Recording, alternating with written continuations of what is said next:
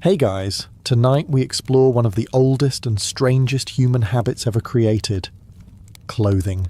So before you get comfortable, take a moment like the video and subscribe, but only if you genuinely enjoy what I do here. And let me know in the comments where you're tuning in from and what time it is for you. It's always fascinating to see who's joining us from around the world. Now dim the lights, maybe turn on a fan for that soft background hum, and let's ease into tonight's journey together. For most of early human history, our ancestors probably wore absolutely nothing at all. No shirts, no shoes, no trousers, no tiny decorative scarves whose only purpose is making winter somehow less comfortable. Just groups of nervous humans wandering through dangerous landscapes, completely exposed to weather, insects, sharp rocks, and every poor decision nature could invent. At first, this was not necessarily a problem. Early humans evolved in warm African climates where clothing was mostly unnecessary. In fact, humans had already lost much of their body hair millions of years earlier. Scientists believe this happened partly because sweating became extremely important for endurance hunting. While most animals overheated after long chases, humans could continue jogging slowly for hours beneath the sun until prey finally collapsed from exhaustion. So humanity's evolutionary advantage became persistent sweating, a truly majestic beginning for our species. But losing fur created obvious problems almost immediately. Cold nights became miserable. Rain became miserable. Thorny bushes became miserable. Sitting on cold rocks became miserable. Honestly, early humanity spent a shocking amount of time simply discovering new forms of discomfort. Without thick fur, human skin was vulnerable to cuts, insect bites, sunburn, frost, and rough terrain. Other animals arrived in nature fully equipped. Bears received fur coats. Turtles received armor. Humans received anxiety and slightly improved stamina. At first, people probably used temporary coverings rather than proper clothing. Animal hides draped across the shoulders during cold weather. Leaves wrapped around sensitive areas while crossing rough terrain. Primitive sandals may have protected feet from sharp stones. Nothing matched. Nobody cared about aesthetics yet. There was no prehistoric fashion critic standing beside the river saying, "Honestly, the mammoth skin washes you out." The oldest clothing existed purely because survival kept interrupting comfort. Archaeologists believe humans started wearing regular clothing somewhere between 100,000 and 170,000 years ago. And strangely enough, one of the biggest clues comes from lice. Human body lice evolved separately from head lice, and body lice survive specifically inside clothing. By studying these parasites genetically, scientists estimated when humans began consistently wearing garments. So one of the greatest discoveries about civilization came from examining prehistoric bugs hiding in ancient loincloths. Human history is occasionally less glamorous than documentaries suggest. Early clothing itself was deeply unpleasant by modern standards. Animal hides were heavy, stiff, itchy, and smelled extraordinary in the worst possible way. Wet fur trapped odors beautifully. Imagine wearing damp deer skin beside a smoky fire for 3 straight weeks with no soap, no toothpaste, and no concept of personal space. Romantic depictions of prehistoric life tend to skip over the constant smell of wet animal and human exhaustion. Still, clothing changed everything. Humans could survive colder climates, migrate across dangerous regions, and endure brutal winters that would otherwise kill them quickly. A stitched fur garment may not sound revolutionary now, but at the time it was essentially prehistoric technology at its peak. And unfortunately, once humans realized clothing could protect the body, it did not take long before they realized clothing could impress other humans too. That was the moment this entire situation became permanently ridiculous. For thousands of years, early humans survived reasonably well in warmer climates with minimal clothing. Then the Ice Age arrived and ruined absolutely everything. Suddenly, large parts of Europe and Asia became brutally cold landscapes filled with snow, freezing winds, and animals large enough to flatten a human accidentally while simply existing nearby. Temperatures dropped to deadly levels. Nights became unbearable. Entire regions turned into frozen environments, where a naked human could survive for approximately 3 minutes before becoming an educational warning for the rest of the tribe. Humanity had a serious problem. Unlike mammoths, humans had no thick fur. Unlike wolves, humans had no insulating coats. Unlike bears, Humans could not simply hibernate through winter while looking majestic. Humans entered the Ice Age equipped with determination, basic tools, and a level of confidence wildly unsupported by biology. Clothing stopped being optional very quickly. Animal hides became essential for survival. Hunters used the skins of reindeer, bison, wolves, and mammoths to create primitive coverings. Ironically, the same animals trying to kill humans often became humanity's best protection against freezing weather afterward. Nature really enjoys recycling, but making useful clothing was incredibly difficult. Fresh hides rotted quickly. Wet fur became heavy and foul-smelling. Frozen skins turned stiff as wood. Early humans had to scrape fat from hides using stone tools, dry them carefully, soften them repeatedly, and eventually stitch pieces together using bone needles and animal sinew. This process probably took enormous effort. One proper winter outfit may have required multiple animal hides and days of labour. And unlike modern clothing stores, there was no exchange policy if the stitching failed halfway through a snowstorm. Archaeologists have discovered ancient bone needles dating back tens of thousands of years, proving early humans developed surprisingly advanced sewing techniques. These were not random fur blankets anymore. Humans were now creating fitted garments, boots, gloves, hoods, and layered clothing designed specifically for survival. And honestly, layered clothing probably saved humanity as a species.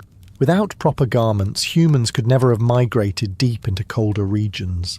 Entire populations would have frozen during winter migrations. Clothing allowed humans to spread across continents, hunt in extreme climates, and eventually dominate environments that should have killed them outright. But something else happened too. Once humans began wearing clothing regularly, people naturally started noticing whose clothing looked better. One hunter had cleaner fur, another had softer hides. Someone decorated boots with beads or teeth. Suddenly, survival equipment slowly became social competition. Humanity had officially discovered fashion, and from that moment onward, history became an endless cycle of humans making clothing increasingly impractical in order to impress other humans who were secretly also uncomfortable. At some point, early humans crossed a very important line in history. Clothing stopped being only about survival and quietly became something else entirely: social competition. Because once everyone in the tribe was no longer freezing to death equally, people naturally started noticing details. One hunter had thicker fur, another wore cleaner hides, someone stitched beads into a cloak, someone else decorated boots with animal teeth, and somewhere in prehistory, one exhausted human probably looked at another exhausted human and thought, honestly, his mammoth cape is a bit excessive. That was the beginning of fashion. The strange thing about humans is that we almost immediately turn useful objects into social signals. Food becomes luxury cuisine. Houses become status symbols. Weapons become ceremonial decorations. And clothing quickly became one of the easiest ways to display skill, wealth, power, and attractiveness without speaking at all. A well-made outfit suggested many things. It meant you or your family had access to successful hunters. It showed sewing ability, resource access, and survival knowledge. Decorative items suggested spare time and stability. In harsh, prehistoric conditions, having enough extra energy to decorate clothing was itself a flex. "Look at me," said the man wearing wolf teeth around his neck. "I survived winter and still had time for accessories." Different groups also began developing distinct styles. Certain tribes preferred specific animal furs, patterns, ornaments, or dyes. Clothing slowly became tied to identity. People could recognize allies, rivals, or outsiders simply by appearance. Humans had invented visual tribal branding thousands of years before modern companies started putting tiny crocodiles on polo shirts. Decoration expanded rapidly. Shells, feathers, bones, beads, ivory, and carved ornaments appeared across ancient garments. Some items likely carried spiritual meaning. Others probably existed simply because humans enjoy showing off. Archaeologists have uncovered ancient beads over 100,000 years old, proving humanity became emotionally attached to decoration almost immediately after discovering survival, which honestly explains a lot about modern civilization. The most impressive part is that all this happened while daily life remained unbelievably brutal. People still faced starvation, disease, predators, freezing temperatures, and violent injuries constantly. Yet even surrounded by danger, humans still found time to think. Yes, but this cloak could use more decorative shells, and perhaps that is one of the most human traits imaginable. Even in prehistoric times, people wanted to feel respected, admired, attractive, or important. Clothing became part survival tool, part emotional armor. It helped humans express identity long before writing existed. Unfortunately, this also created a new problem humanity still suffers from today: judging strangers entirely based on what they are wearing. A tradition we have somehow maintained with remarkable consistency for tens of thousands of years. For early humans, one of the greatest technological breakthroughs in history was not the wheel, metalworking, or agriculture. It was poking holes into dead animal skin with sharp objects. Not glamorous, certainly, but incredibly important. At first, prehistoric clothing was probably little more than hides draped loosely across the body. Effective enough for basic warmth, but terrible during storms, hunting trips, or long migrations. Loose skins slipped constantly, trapped moisture poorly, and made movement awkward. Trying to run through snow while holding together a falling fur blanket was not ideal for survival. Eventually, humans developed tools that changed everything. Bone needles. Archaeologists have discovered finely crafted needles dating back tens of thousands of years. Some so small and precise they look surprisingly modern. These were not crude sharpened sticks either. Many had carefully carved eyes for threading sinew or plant fibers, which means somewhere in Ice Age history, a prehistoric human sat patiently inventing sewing while everyone else nearby was trying not to freeze to death. That person deserves more appreciation, honestly. Sewing allowed humans to create fitted clothing for the first time. Sleeves, leg coverings, boots, gloves, hoods, layered garments that trapped heat efficiently and stayed secure during movement.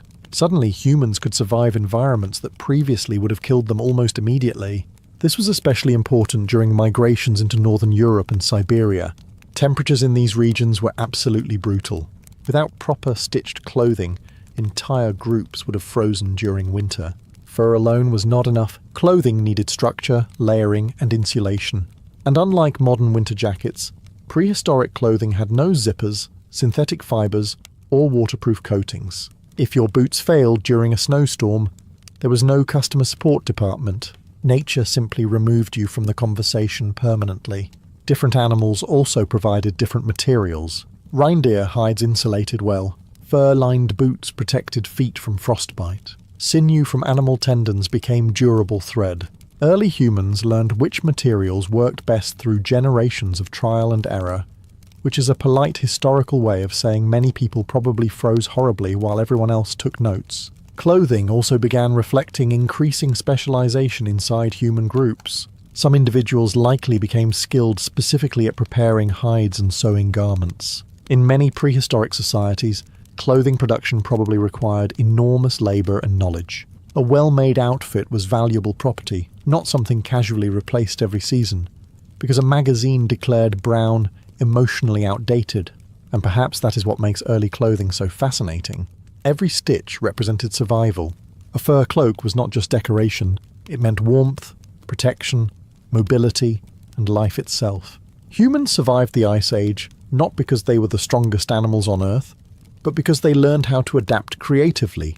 Also because mammoths came with built-in winter coats, which humanity very opportunistically borrowed afterward. At some point in human history, clothing stopped being only practical and became something far more dangerous, attractive. Once basic survival was under control, humans began using clothing to impress each other. And honestly, this was inevitable. Humans cannot leave anything simple for very long. Give people a useful invention, and eventually someone will decorate it unnecessarily in hopes of finding romance.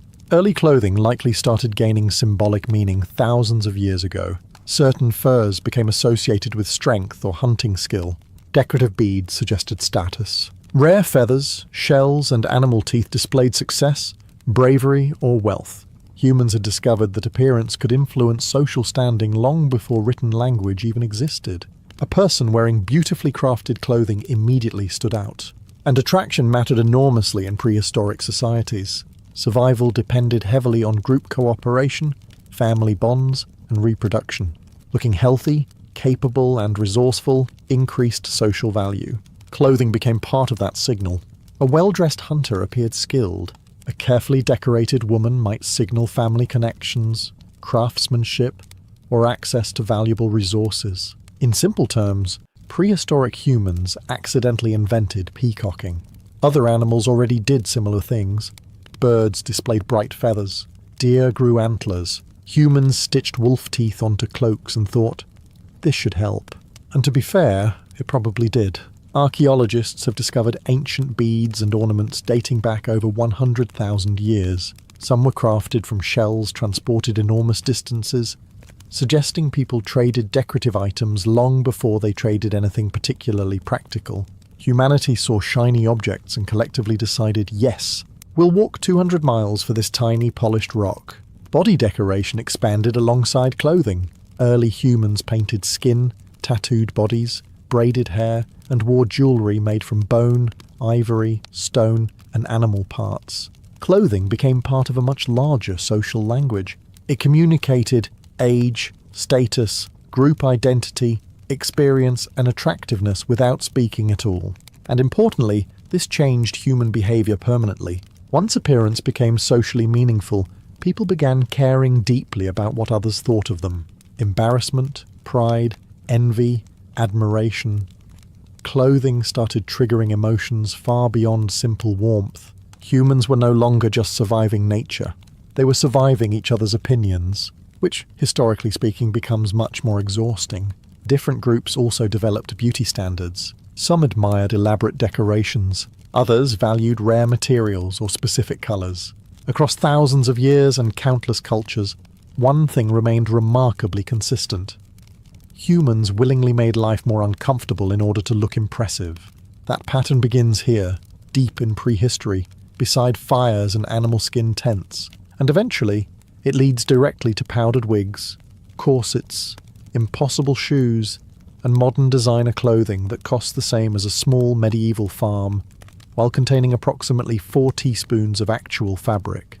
For a very long time, humans probably viewed nakedness the same way animals still do now, completely normal. A deer does not wake up feeling embarrassed. Wolves are not hiding behind trees discussing body confidence issues. Most animals simply exist without worrying whether anyone is judging their thighs. Humans, however, eventually became psychologically complicated. As societies grew larger and more organized, clothing slowly became tied to ideas of privacy, morality, sexuality, and social order. Modesty was not invented overnight. It developed gradually across thousands of years as humans formed permanent settlements, religions, family structures, and increasingly strict social expectations. In small prehistoric groups, survival mattered far more than embarrassment. But once larger communities emerged, human behavior became more regulated. Clothing started separating public life from private life. Certain body parts became sexualized. Rules appeared. Customs formed.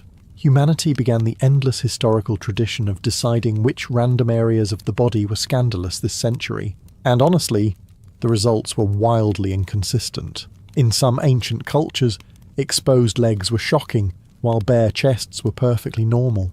In others, hair became deeply sexualized. Some societies demanded heavy coverings, while others barely cared about nudity at all. Human modesty rules often make less sense the longer you study them. The ancient Egyptians, for example, wore relatively light clothing because of the hot climate. Greek athletes sometimes competed entirely nude. Meanwhile, later societies could become deeply offended by exposed ankles. Humanity somehow travelled from public Olympic nudity to that woman's elbow is causing moral collapse. Religion also played a massive role. As spiritual systems developed, clothing became linked to purity, discipline, and social identity. Priests wore special garments. Religious laws regulated fabrics, hairstyles, coverings, and jewelry. In many societies, controlling appearance became a way of controlling behavior itself. And once morality entered fashion, things became exhausting permanently. Clothing now carried emotional and social consequences. A person dressed incorrectly could appear disrespectful, immoral, poor, rebellious, or dangerous. Fashion stopped being only personal. It became political, religious, and cultural all at once.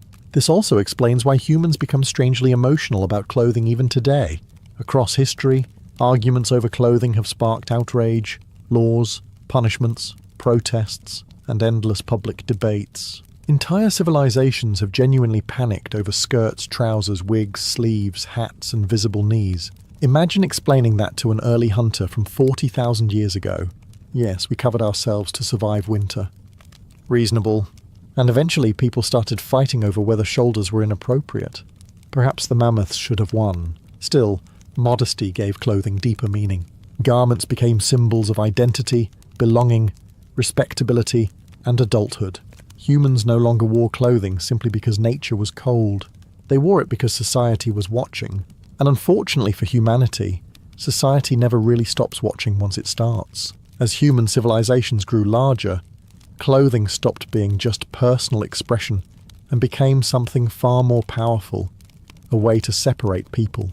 Very quickly, societies realized clothing could instantly reveal wealth, status, profession, religion, and power, without anyone speaking a single word. A king dressed differently from a farmer. Priests wore sacred garments. Soldiers wore uniforms. Merchants displayed expensive fabrics. Slaves and laborers often wore rough, simple clothing designed more for practicality than dignity. Humanity had invented visual hierarchy, and people became obsessed with it. In ancient Egypt, wealthy elites wore fine linen, while workers dressed far more simply beneath the brutal desert heat. In Rome, senators wore specific purple-striped togas reserved only for their class. In medieval Europe, some governments even passed sumptuary laws, controlling who could wear certain colours, furs, or jewellery. Imagine being arrested because your hat looked financially overconfident. Purple dye became especially famous because it was incredibly expensive to produce. In some ancient societies, purple clothing was restricted almost entirely to royalty and emperors. Thousands of sea snails had to be processed just to create small amounts of dye. Entire coastlines reportedly smelled horrific from production. Humanity looked at mountains of rotting shellfish and thought, yes, this will symbolize elegance. And somehow it worked.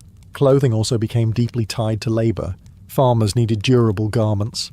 Hunters required mobility. Nobles preferred decorative clothing, proving they did not perform physical work themselves. Long sleeves, delicate fabrics, pale skin, and elaborate accessories all quietly communicated the same message. I am wealthy enough not to carry heavy objects, which remains surprisingly consistent even today. The richer societies became, the more impractical elite fashion often grew. Massive robes, delicate embroidery, impossible hairstyles, and restrictive garments showed that wealthy people had servants, free time, and protection from ordinary labor. Clothing evolved into visible proof that someone lived differently from everyone else. And naturally, lower classes copied elite styles whenever possible. This triggered a cycle repeated throughout history endlessly. The rich adopted new fashions to distinguish themselves. Everyone else imitated them. The elites then changed styles again to remain socially separate. Humanity essentially turned fabric into an endless psychological arms race. Even military clothing reflected status. Decorative armor, cloaks, feathers, medals, and ceremonial uniforms transformed warfare into something halfway between survival and theatre. Some commanders dressed so elaborately they practically glowed on battlefields, which seems strategically questionable, honestly. But perhaps the strangest part is how quickly humans accepted this system.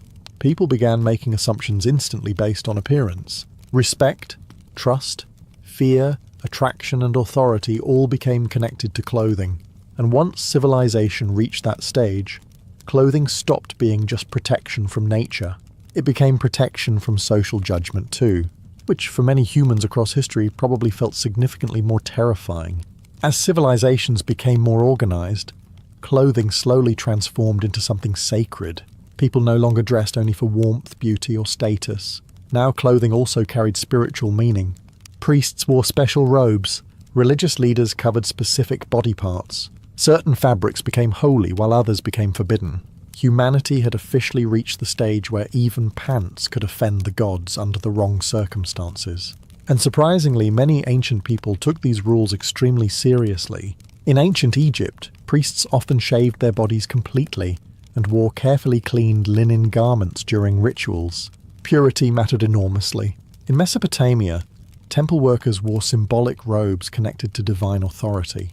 Ancient Jewish laws regulated fabrics, coverings, and ritual garments in extraordinary detail. Later, Christian, Islamic, Hindu, Buddhist, and countless other traditions developed their own clothing customs tied to morality and spirituality. Suddenly, getting dressed each morning could become a religious statement.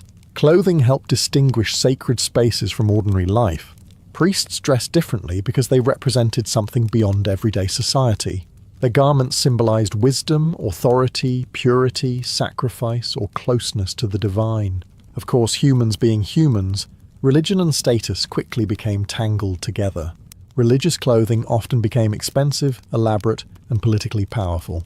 Golden embroidery, silk robes, jeweled crowns, ceremonial fabrics imported from distant lands. Some temples possessed wardrobes wealthier than entire villages, which must have been slightly frustrating for starving peasants standing outside, while priests discussed spiritual humility in gemstone-covered robes. But symbolism mattered deeply in ancient societies. Colours carried meaning. White represented purity in some cultures. Black symbolized mourning or authority. Purple suggested divine kingship.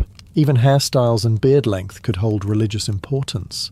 And once societies attached morality to clothing, judgment followed immediately. Certain garments became associated with virtue, while others suggested corruption or rebellion. Covering the body became tied to discipline and self-control. Entire communities began monitoring appearance constantly. A person dressed incorrectly could appear sinful, disrespectful, or dangerous. Humanity had invented moral fashion policing, and the rules were often inconsistent. Some religions valued simplicity and modesty. Others embraced magnificent ceremonial clothing as proof of divine glory. One culture praised shaved heads, while another praised long hair. One society demanded veils, while another celebrated exposed skin in sacred rituals, which really highlights an important truth about human civilization. People can assign deep spiritual meaning to almost anything, if given enough time. Still, religious clothing served an important purpose. It created identity, belonging, and continuity across generations. A robe, veil, or symbol connected individuals to something larger than themselves. Unfortunately, it also meant humanity entered another endless historical phase, arguing passionately about what everyone else should wear. A debate that thousands of years later, modern society continues with exhausting enthusiasm. Once clothing became tied to religion, status, and identity, it was only a matter of time before governments started interfering too. Because throughout history, rulers quickly realized something important. Controlling how people dress is often an easy way to control society itself, and humans absolutely love telling other humans what they are allowed to wear. Ancient governments introduced laws regulating fabrics, colors, jewelry, hairstyles, and decorations. These were known as sumptuary laws, and they existed across Europe, Asia, and parts of the Middle East for centuries. Their purpose was simple: keep social classes visually separated. In medieval and Renaissance Europe, peasants were often forbidden from wearing luxurious materials like silk, velvet, or expensive fur. Certain colours were reserved for nobles or royalty. In some cities, only specific classes could wear gold embroidery or jewelled accessories. Imagine saving money your entire life for one nice outfit, only for the government to arrive and say, "Unfortunately, that fabric is above your tax bracket." And honestly, rulers were terrified of clothing for one major reason: appearance could blur social boundaries. If wealthy merchants dressed like nobles, or ordinary people imitated aristocratic fashion, the entire social hierarchy became visually confusing. Clothing helped maintain order. Kings wanted peasants looking like peasants. Nobles wanted to appear obviously superior. Society depended heavily on everyone recognizing their place immediately from 50 feet away. Fashion became a form of political stability. This was especially true in empires. Roman officials wore specific togas marking rank and authority. Chinese dynasties regulated court dress in extraordinary detail. Japanese samurai followed strict clothing traditions tied to class and loyalty. Across civilizations, governments repeatedly used appearance to reinforce obedience. And naturally, people constantly broke these rules. For most of early history, clothing changed very slowly. A tunic remained a tunic for generations. A fur cloak stayed practical because freezing to death never really went out of style. But as civilizations grew richer and trade expanded, something strange happened. Humans began changing clothing deliberately just because they were bored. Fashion trends were born, and honestly, civilization has never emotionally recovered from this development. Once cities became wealthier, clothing evolved faster than ever before. New fabrics arrived from distant lands. Silk travelled along trade routes from China. Dyes became more sophisticated. Tailors experimented with cuts, sleeves, patterns, and decorations. Wealthy people suddenly had access to variety, and humanity immediately transformed that variety into competition. 1 year long robes became fashionable. The next year, shorter robes appeared. Shoes widened, narrowed, pointed, or thickened, depending entirely on the collective mood of society. Entire populations began replacing perfectly functional clothing simply because somebody important decided sleeves should look different now, which remains deeply impressive from a psychological standpoint. Ancient Rome saw dramatic fashion shifts between republican simplicity and imperial luxury. Medieval Europe became obsessed with pointed shoes so long some nobles struggled to walk properly. Renaissance elites competed through absurdly elaborate fabrics and bright colours. In some periods, men's hats became so enormous they practically deserved separate tax categories. And every generation believed their current fashion choices represented civilization at its peak. People also began mocking older styles aggressively. Clothing became tied to youth, relevance, and social belonging. Nobody wanted to look outdated. Imagine surviving famine, plague, war, and dangerous childbirth only to be told your sleeves were no longer fashionable. Humanity's priorities have always been fascinating. Fashion trends also spread through imitation. Royals influenced nobles, nobles influenced merchants, merchants influenced commoners. Travellers carried styles between cities and kingdoms. Clothing became one of the earliest forms of mass cultural communication. And importantly, trends created industries. Tailors, dyers, weavers, jewellers, leatherworkers, and cloth merchants all benefited from constant demand for new styles. Fashion stopped being occasional decoration and became permanent economic machinery. Entire cities grew wealthy, producing textiles and luxury garments, which meant humanity had officially discovered consumer culture. People now purchased clothing not only because they needed it, but because they wanted social approval, admiration, attraction, or status. The emotional connection between identity and appearance became stronger with every century, and this process accelerated endlessly. Because once humans discovered they could reinvent themselves through clothing, fashion stopped being about protection entirely. It became aspiration, fantasy, performance. A poor man could dress like a wealthy man. A nervous person could appear powerful. A ruler could dress like a god, all through fabric. Which is remarkable when you remember this entire story began with exhausted prehistoric humans wrapping dead animal skin around themselves, because winter was becoming unbearable. As societies became more complex, clothing stopped being just about class or status. It also became one of humanity's favourite ways to separate men and women into carefully organised social roles. And history took this responsibility extremely seriously.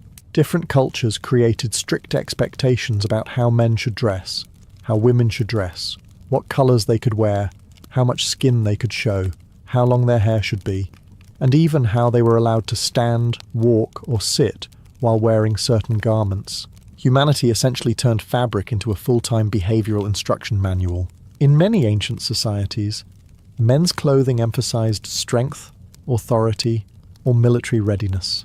Women's clothing often emphasised modesty, fertility, beauty, or domestic roles. Loose robes, layered gowns, veils, jewellery, armour, belts, hairstyles. Every detail slowly became connected to larger ideas about masculinity and femininity. And once societies establish appearance rules, people become deeply emotional about them almost immediately. In ancient Rome, respectable women wore garments different from prostitutes or enslaved women.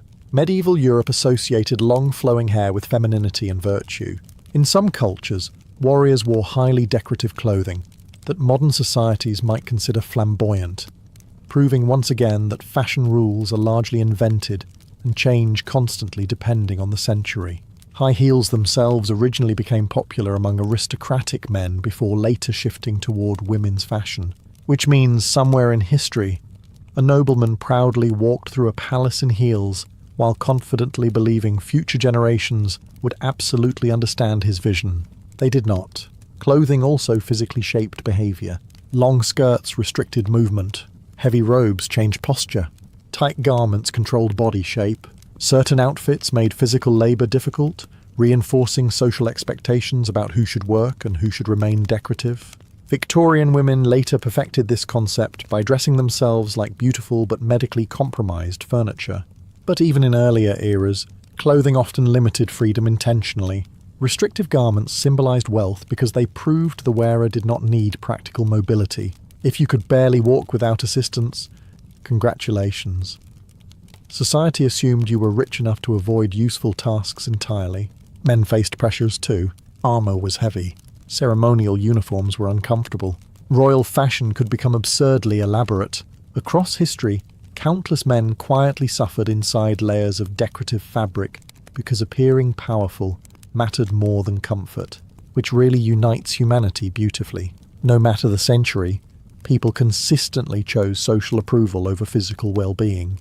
And perhaps that is why clothing became so emotionally important. Garments did not just cover the body anymore. They shaped identity itself. People learned how to behave, attract others, gain respect, and fit into society partly through clothing. By this point in history, humans were no longer simply wearing clothes. In many ways, the clothes were beginning to wear them. At some point, clothing stopped being mainly about survival, modesty, or social order, and became something else entirely. Luxury.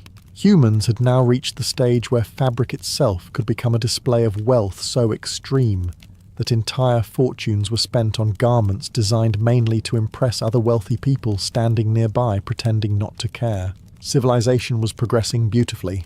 As trade routes expanded across Europe, Asia, Africa, and the Middle East, rare materials became highly valuable. Silk from China amazed foreign civilizations with its softness and shine. Fine cotton, velvet, lace, satin, and exotic dyes became symbols of status. Wealthy elites competed constantly through clothing, often wearing outfits so expensive they could have fed entire villages for months. But feeding peasants rarely sparkled under candlelight, so priorities remained clear. Silk became especially prized because producing it required enormous labour and long-distance trade.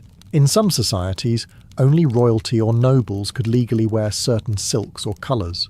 Merchants crossed deserts and oceans transporting luxury fabrics because humans are apparently willing to risk death for sufficiently attractive textiles. And honestly, they still are. Luxury fashion also became intentionally impractical. Long trains dragged through dirt. Sleeves widened to ridiculous proportions. Delicate fabrics tore easily. Massive wigs required constant maintenance.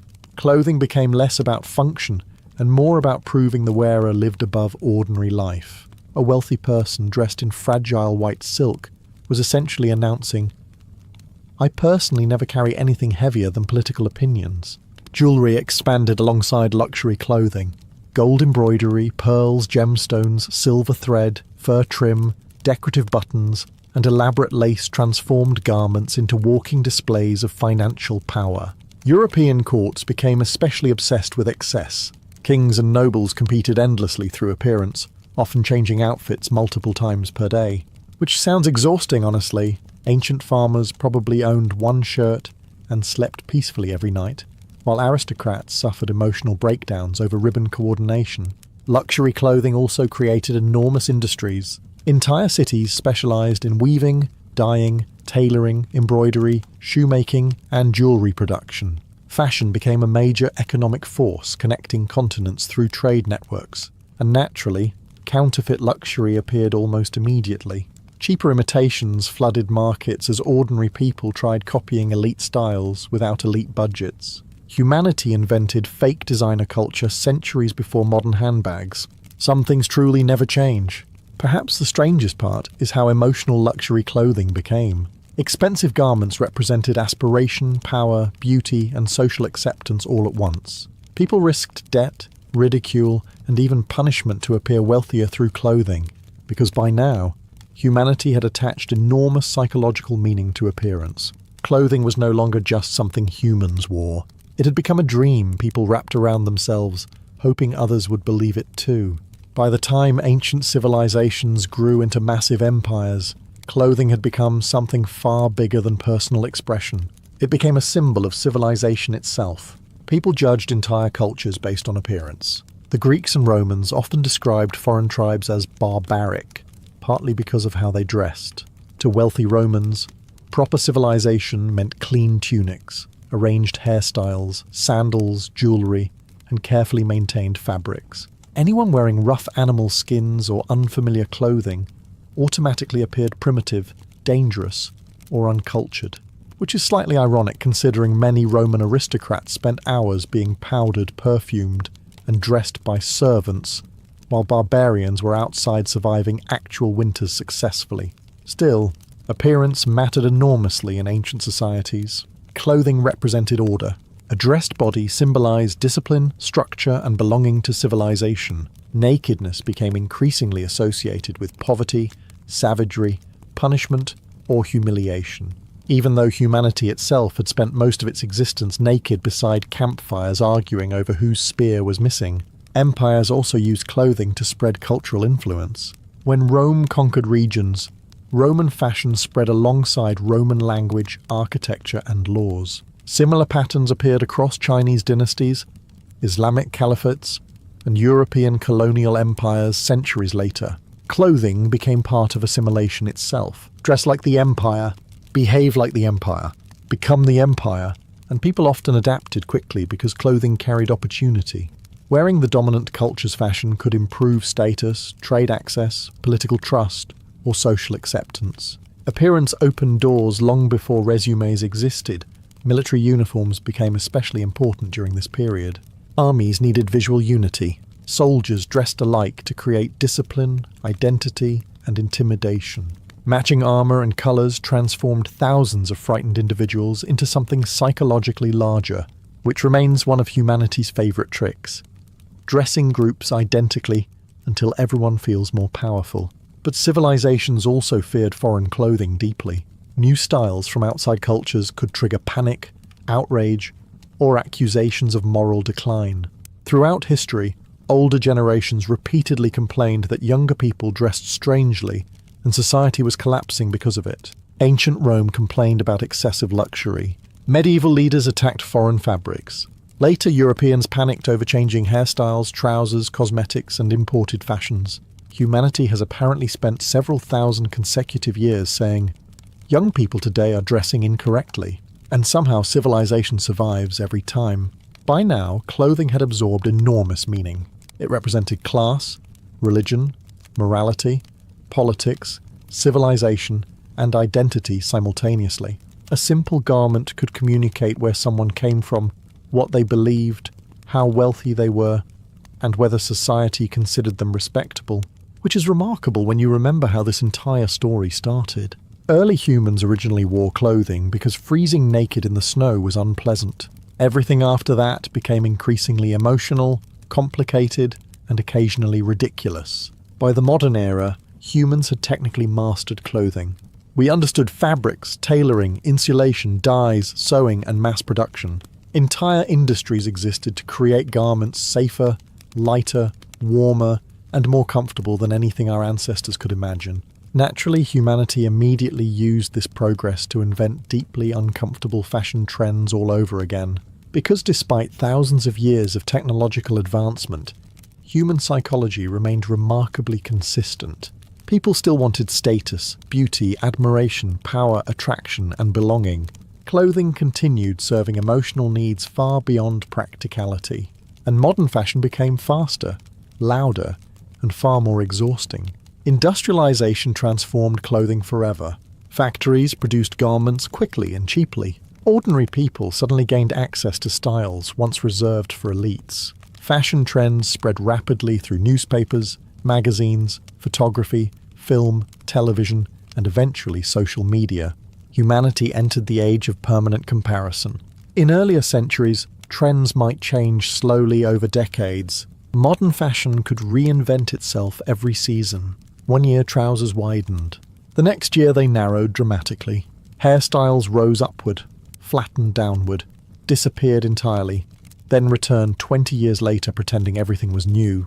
And honestly, fashion history sometimes feels less like progress and more like humanity suffering from collective memory loss every generation. Modern societies also inherited many ancient ideas about clothing. Expensive fashion still signals wealth. Uniforms still represent authority. Formal clothing still communicates professionalism. Certain colours still carry emotional meaning.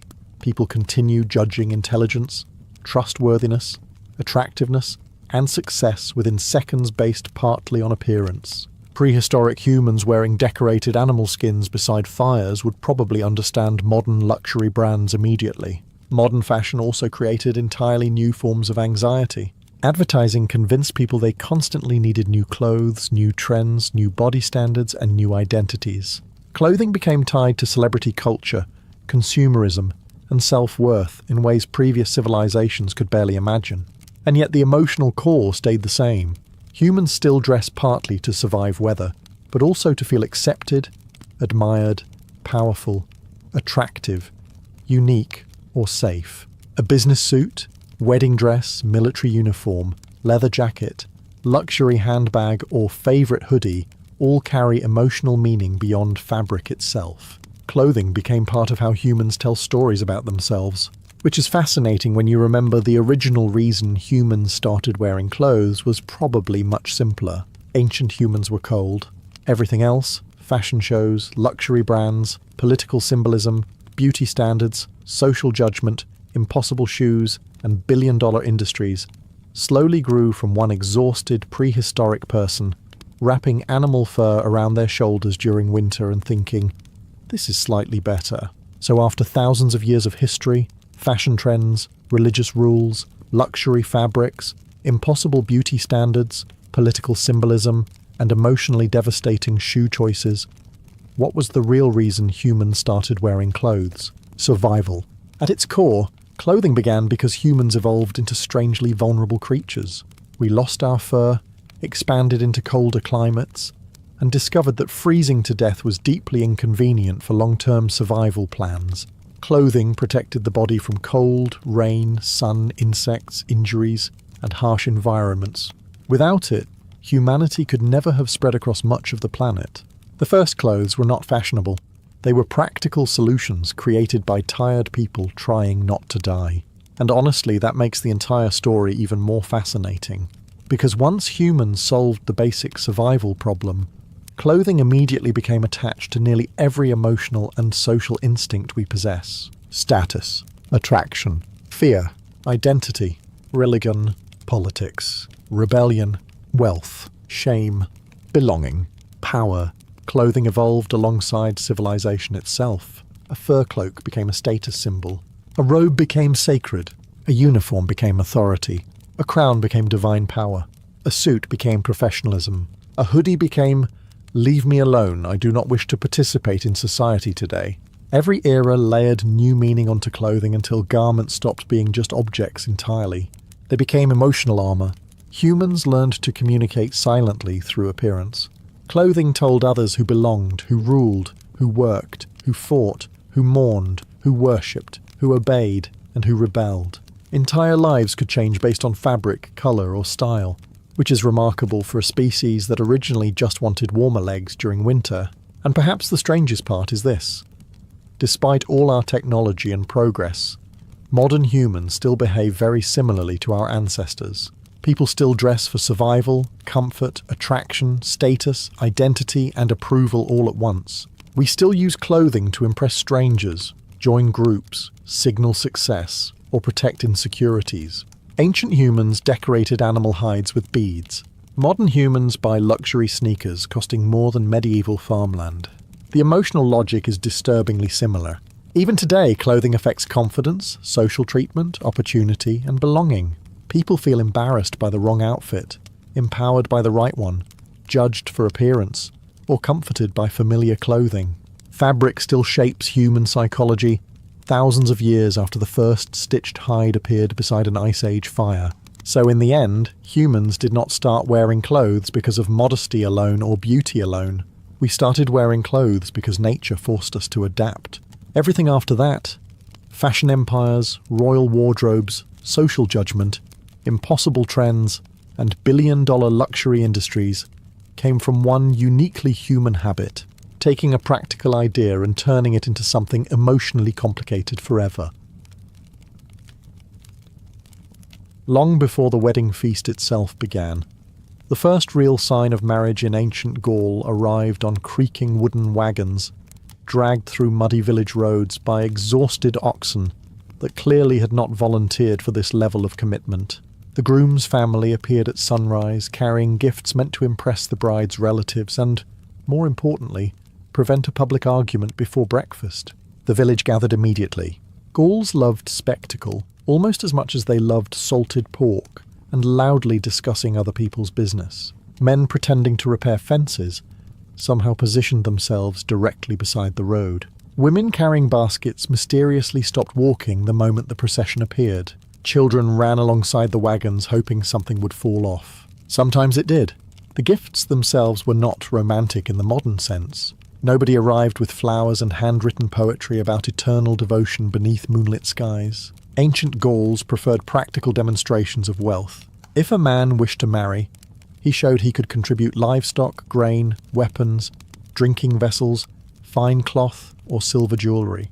Nothing says "I cherish your daughter" quite like 6 squealing pigs and a barrel of ale large enough to incapacitate a small tribe. At the centre of the procession stood the groom's father, attempting to look dignified while negotiating with the bride's family. He discussed alliances, property, family obligations, and future children, while everyone nearby quietly judged the quality of his cloak. In Gaul, reputation mattered enormously. A wealthy appearance could strengthen alliances, even if half the decorative brooches had been borrowed from cousins the previous evening. Ancient society ran partly on honour, and partly on what today would probably be called aggressive bluffing. Meanwhile, the bride remained mostly inside the family home, surrounded by female relatives preparing her for the ceremony ahead. Older women braided her hair, adjusted jewellery, and offered advice about marriage that ranged from genuinely wise to deeply alarming. One aunt explained how to manage household servants. Another warned her never to trust drunk warriors making promises during winter festivals. This was excellent advice because drunk warriors in ancient Gaul promised absolutely everything. Outside, preparations for the feast had already begun. Fires were lit near the centre of the settlement. Slaves and servants hauled water from nearby streams, while hunters unloaded deer carcasses beside tables covered in herbs and onions.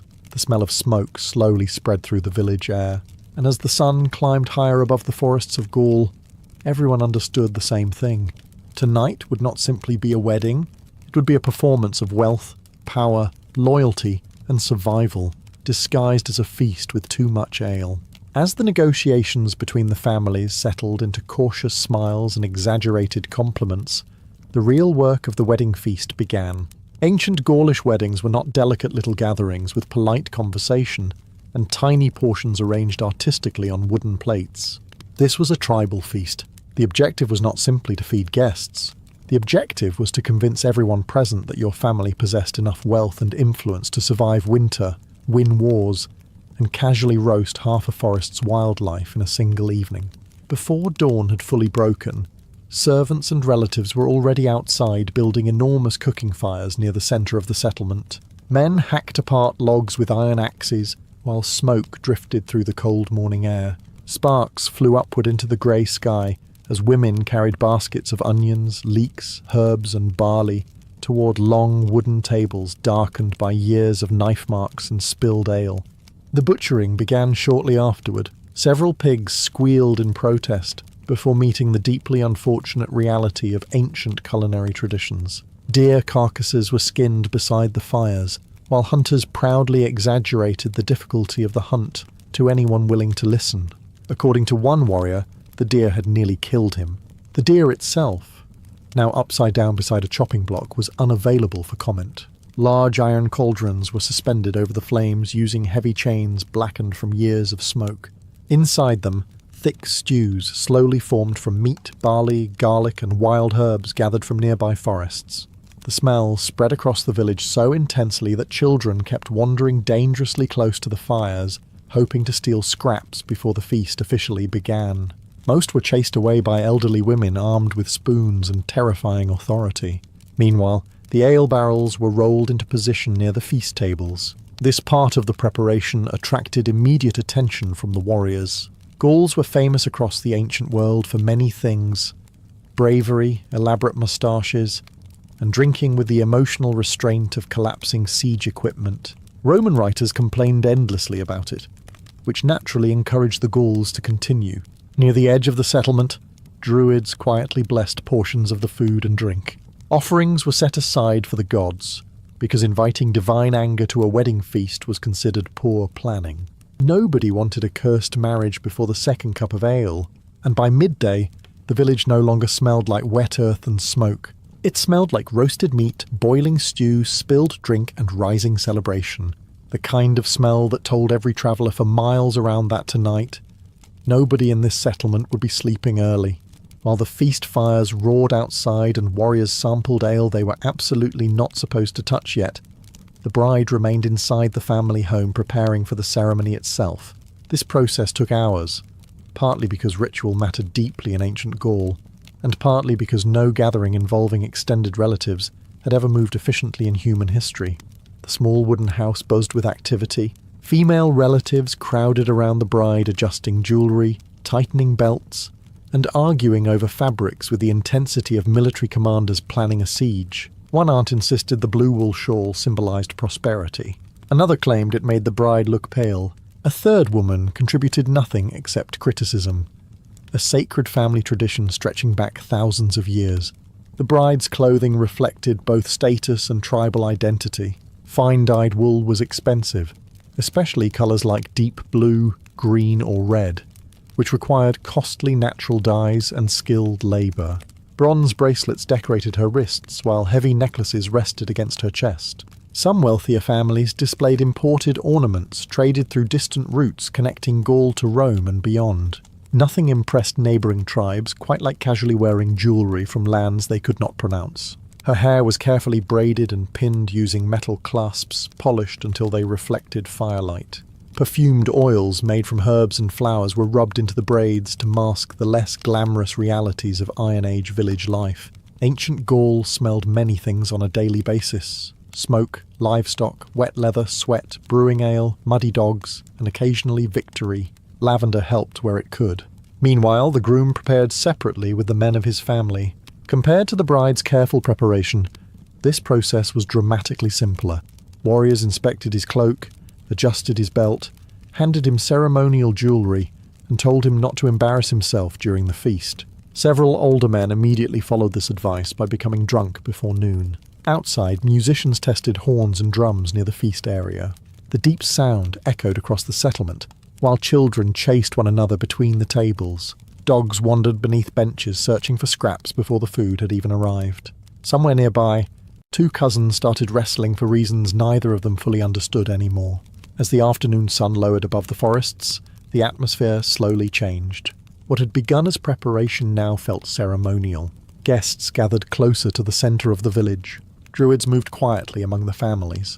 The fires crackled louder against the cooling air, and inside the crowded family home, the bride finally stood ready, dressed not only for marriage, but for a public union that could shape alliances, wealth, and family power for generations to come. As evening approached, the ceremony finally moved outside. The fires burned brighter now against the darkening sky, sending waves of smoke above the rooftops while the entire village gathered near the central clearing. This was the moment everyone had been waiting for, not the marriage itself necessarily. Ancient Gauls respected marriage, of course, but they respected public spectacle even more. The procession began with musicians. Men carrying long bronze horns stepped forward first, blowing deep notes that echoed across the surrounding forests. Drummers followed behind them, striking heavy rhythms that vibrated through the ground beneath the crowd's feet. Children immediately became overexcited and started running in circles. One elderly villager complained about the noise despite having attended identical ceremonies for the past 50 years. Behind the musicians came the groom and his family. He wore a heavy wool cloak fastened with polished brooches, a decorated belt, and jewellery meant to display status without appearing too desperate. This balance was important. Looking poor embarrassed your family. Looking too rich encouraged neighbouring tribes to invade you later. The groom walked carefully through the crowd, while warriors slapped his shoulders and shouted jokes about married life. Most of these jokes suggested he would soon lose all freedom, authority, and possibly ownership of his own blankets. Marriage humour, it turns out, has survived remarkably well across human civilization. Then the bride emerged. The crowd quieted almost immediately as she stepped from her family home, surrounded by female relatives carrying lanterns and ceremonial offerings. Firelight reflected against her bronze jewellery, while her dyed clothing stood out brightly against the smoky evening air. Even the drunken warriors managed temporary silence, which may have been the most impressive ritual of the entire ceremony.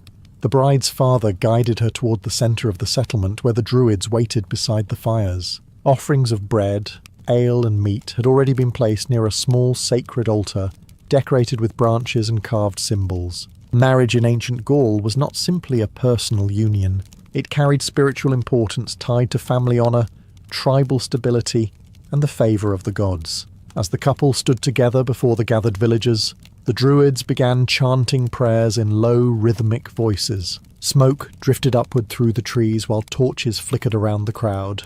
Somewhere in the darkness beyond the settlement, dogs barked at sounds nobody else could hear. And for a brief moment, beneath the noise, music, and smell of roasted meat, the wedding felt ancient, even to the people living inside it. A tradition repeated generation after generation, long before Rome arrived with its roads, taxes, and deeply exhausting opinions about everyone else's culture. Once the procession reached the centre of the village, the celebration shifted from noisy spectacle into sacred ritual, at least for a little while. Ancient Gauls were capable of solemn ceremonies, although maintaining silence near several barrels of ale was always an ambitious strategy. The druids stood waiting beside the fires, dressed in long robes stained with smoke and years of ritual use.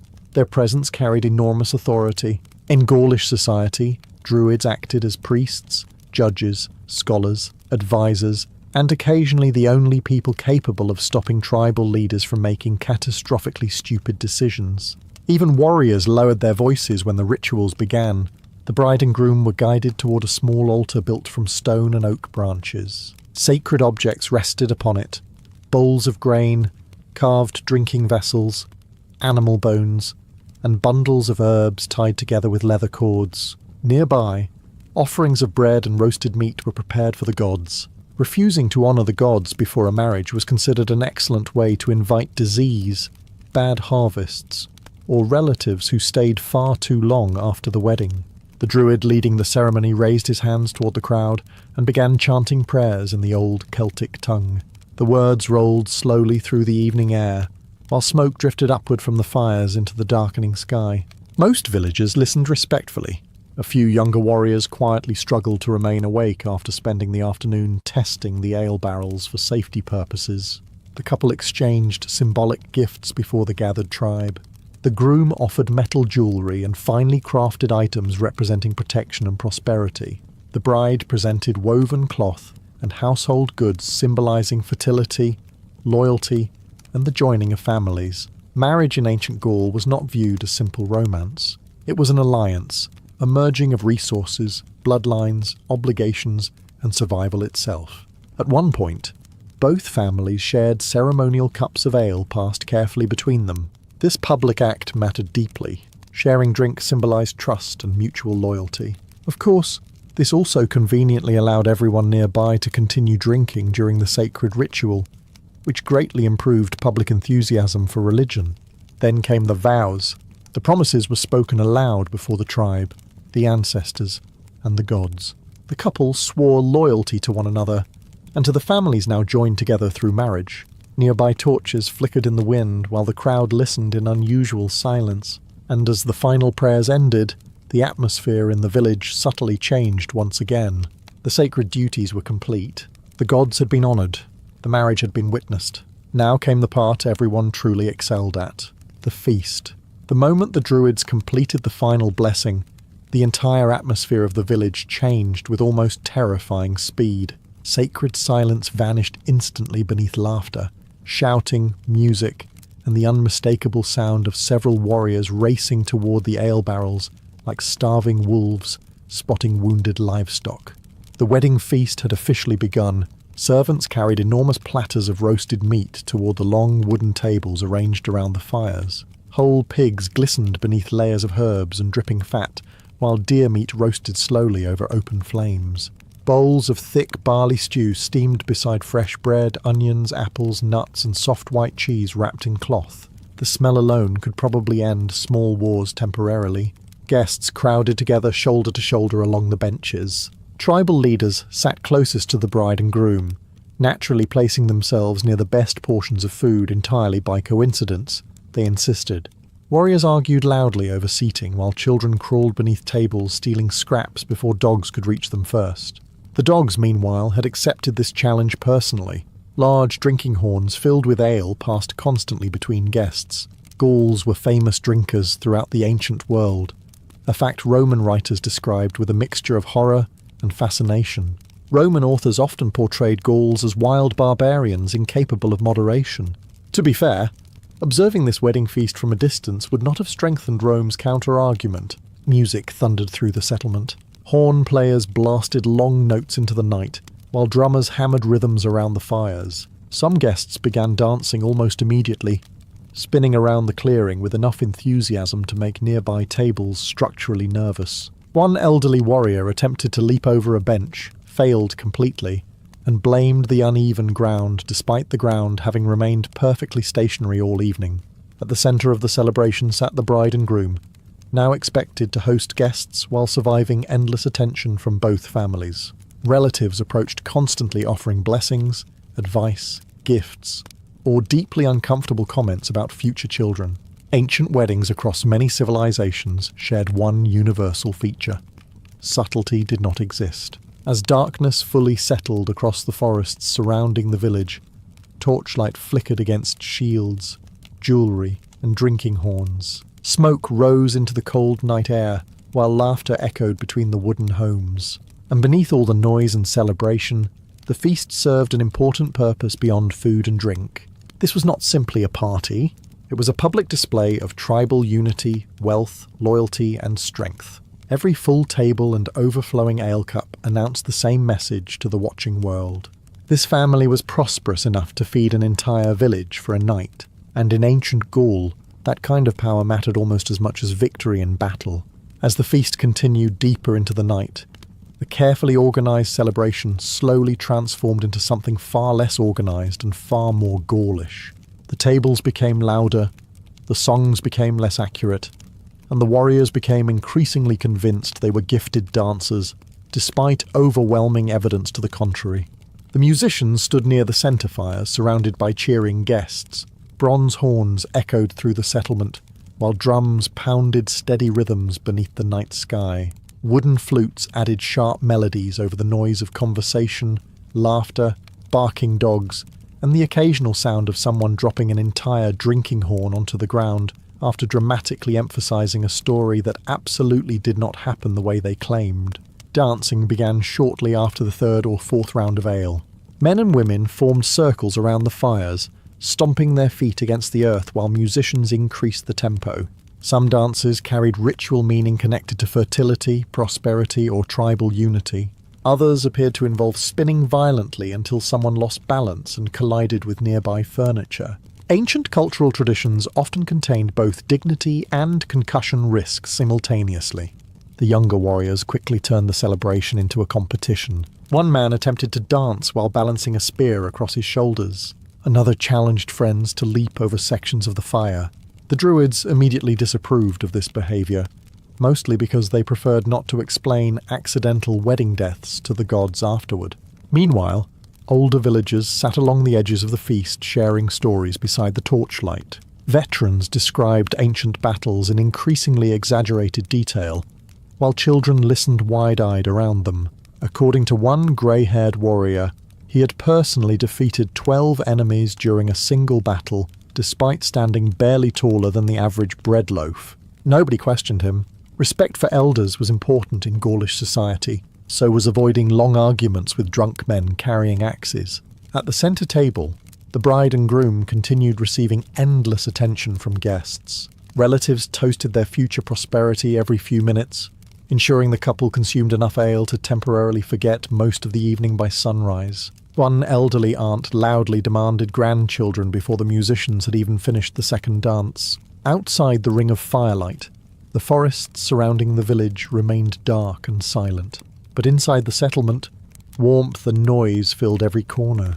Smoke drifted upward into the cold night, while sparks floated through the air like glowing insects.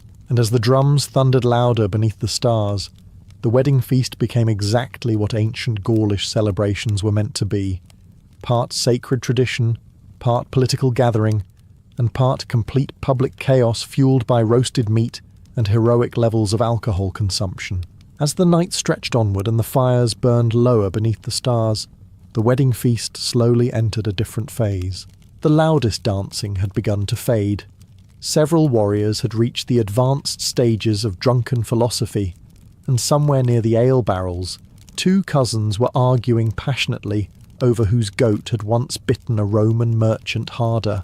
Nobody entirely understood how the argument started, including the cousins themselves. But while much of the village celebrated openly, important conversations were unfolding quietly around the edges of the feast. Ancient Gaulish weddings were not only family events, they were political opportunities. Near the centre tables, tribal elders exchanged gifts beneath the torchlight, while servants carried more food and drink between them. Fine cloaks, decorated brooches, silver coins, hunting spears, carved cups, and imported goods from distant trade routes changed hands throughout the evening. Every gift carried meaning beyond generosity. A necklace might symbolize loyalty between families. A weapon could represent military support during future conflicts. Even livestock communicated wealth and trust. Or, in simpler terms, ancient weddings were partially diplomacy with roasted pork. The bride's father moved carefully between guests, speaking with allied families and neighbouring clan leaders. Marriage strengthened bonds between tribes, reduced tensions, and created obligations that could last generations. A successful union might guarantee military aid during war, or secure access to trade routes and farmland. One poorly handled alliance, meanwhile, could create blood feuds lasting longer than the average human lifespan. Ancient politics tended to be emotionally exhausting. Meanwhile, merchants attending the feast quietly observed everything. Traders from nearby settlements used gatherings like this to establish connections and negotiate future deals. Wine imported from the south, jewellery from distant tribes, salt, furs, and iron tools all circulated through these conversations. A wedding feast in Gaul could easily become half marketplace by midnight. At another table, druids spoke softly with village leaders, while studying the behaviour of the crowd. Maintaining harmony inside a tribe mattered enormously. Public celebrations reinforced loyalty and social order. Feasting together reminded everyone that survival depended on cooperation, especially during harsh winters or coming wars. The bride and groom themselves had become symbols of this unity. Everywhere they walked, guests raised drinking horns toward them. Songs were sung in their honour, while older relatives offered blessings for prosperity, strong children, and healthy harvests. One particularly drunk warrior loudly wished them at least 10 sons, which caused nearby women to laugh so hard one nearly dropped her cup into the fire. And beneath the music, smoke, and endless noise of celebration, the real purpose of the feast became unmistakably clear. This marriage was not just joining two people together, it was binding an entire community. By the final hours of the feast, the wedding celebration had drifted into the strange, half-conscious atmosphere that only appears after an entire village spends the night eating roasted meat, drinking endless ale, and shouting over drums for 6 consecutive hours. The fires had burned low now, glowing red beneath layers of ash while smoke curled quietly into the cold night sky. Many guests still sat around the tables wrapped in heavy wool cloaks, their voices slower and rougher than before. Others had already fallen asleep, wherever gravity finally defeated them. Beside benches, against walls, underneath tables, and in one unfortunate case, directly beside a goat that seemed equally confused by the situation. The musicians continued playing, although with noticeably less enthusiasm than earlier in the evening. One horn player missed several notes entirely and pretended it was intentional artistic expression. The drummers slowed their rhythms, while dancers stumbled through exhausted final movements around the fires. At the edge of the settlement, older women cleaned wooden platters, while servants collected empty drinking vessels scattered across the ground.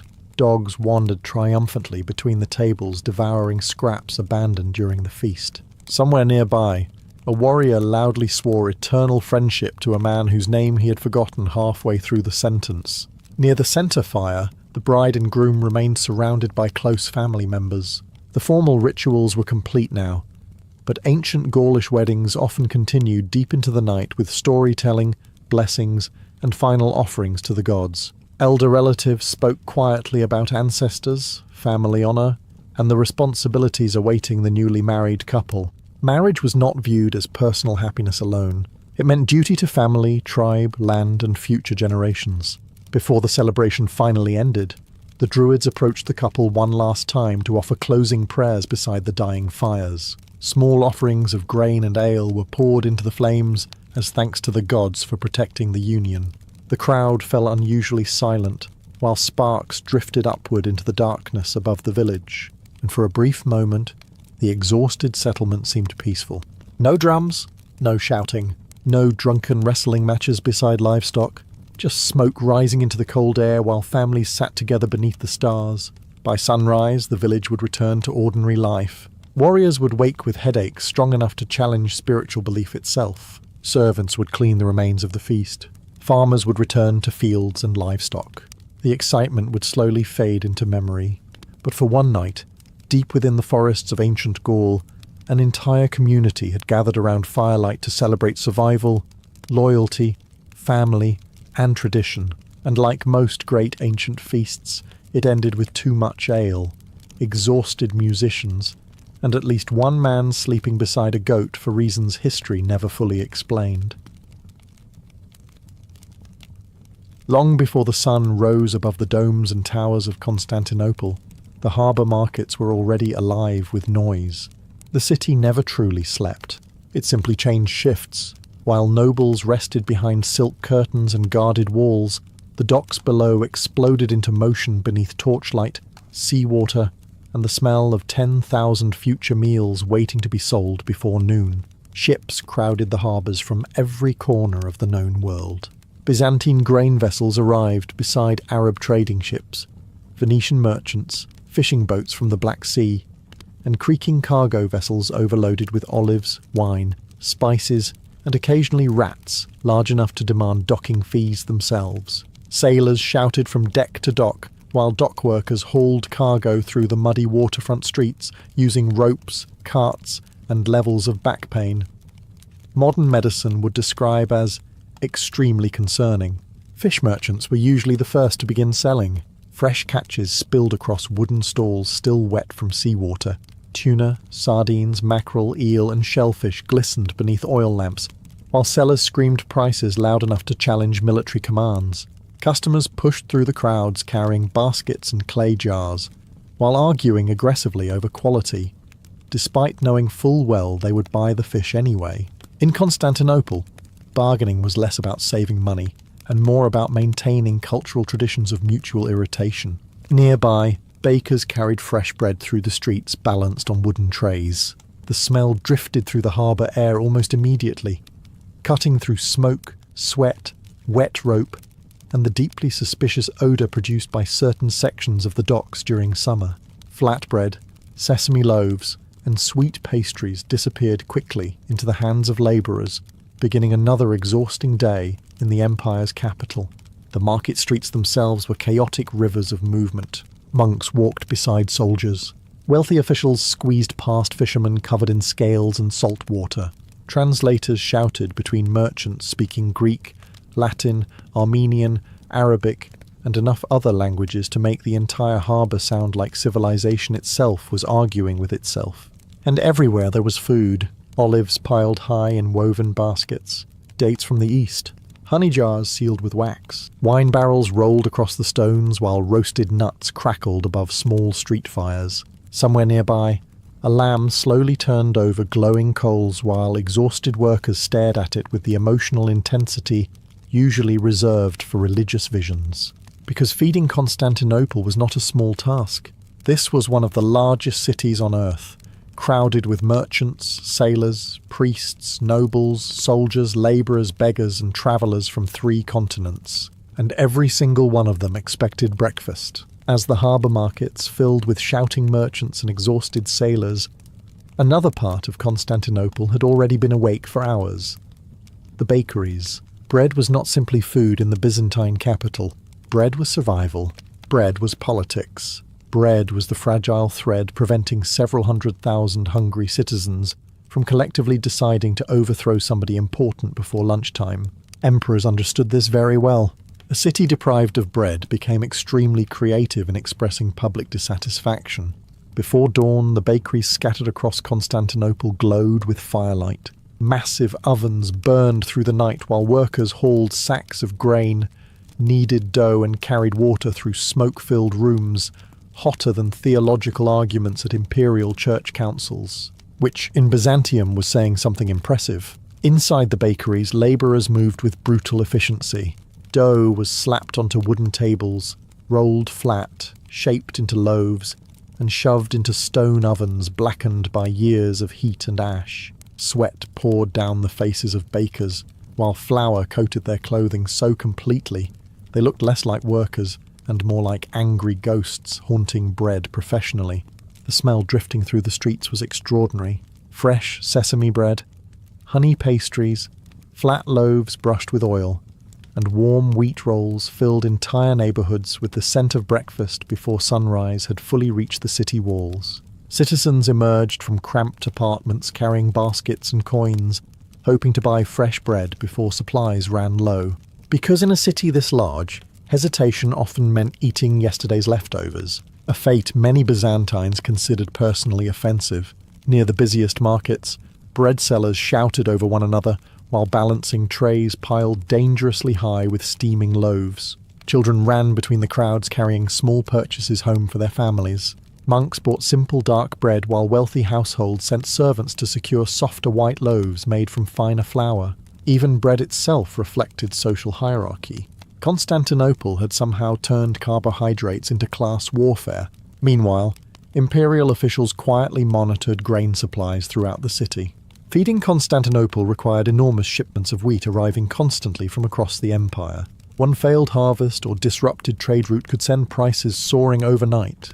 Riots over bread shortages had erupted before, and Byzantine crowds possessed a remarkable talent for becoming violently political with almost no warning whatsoever.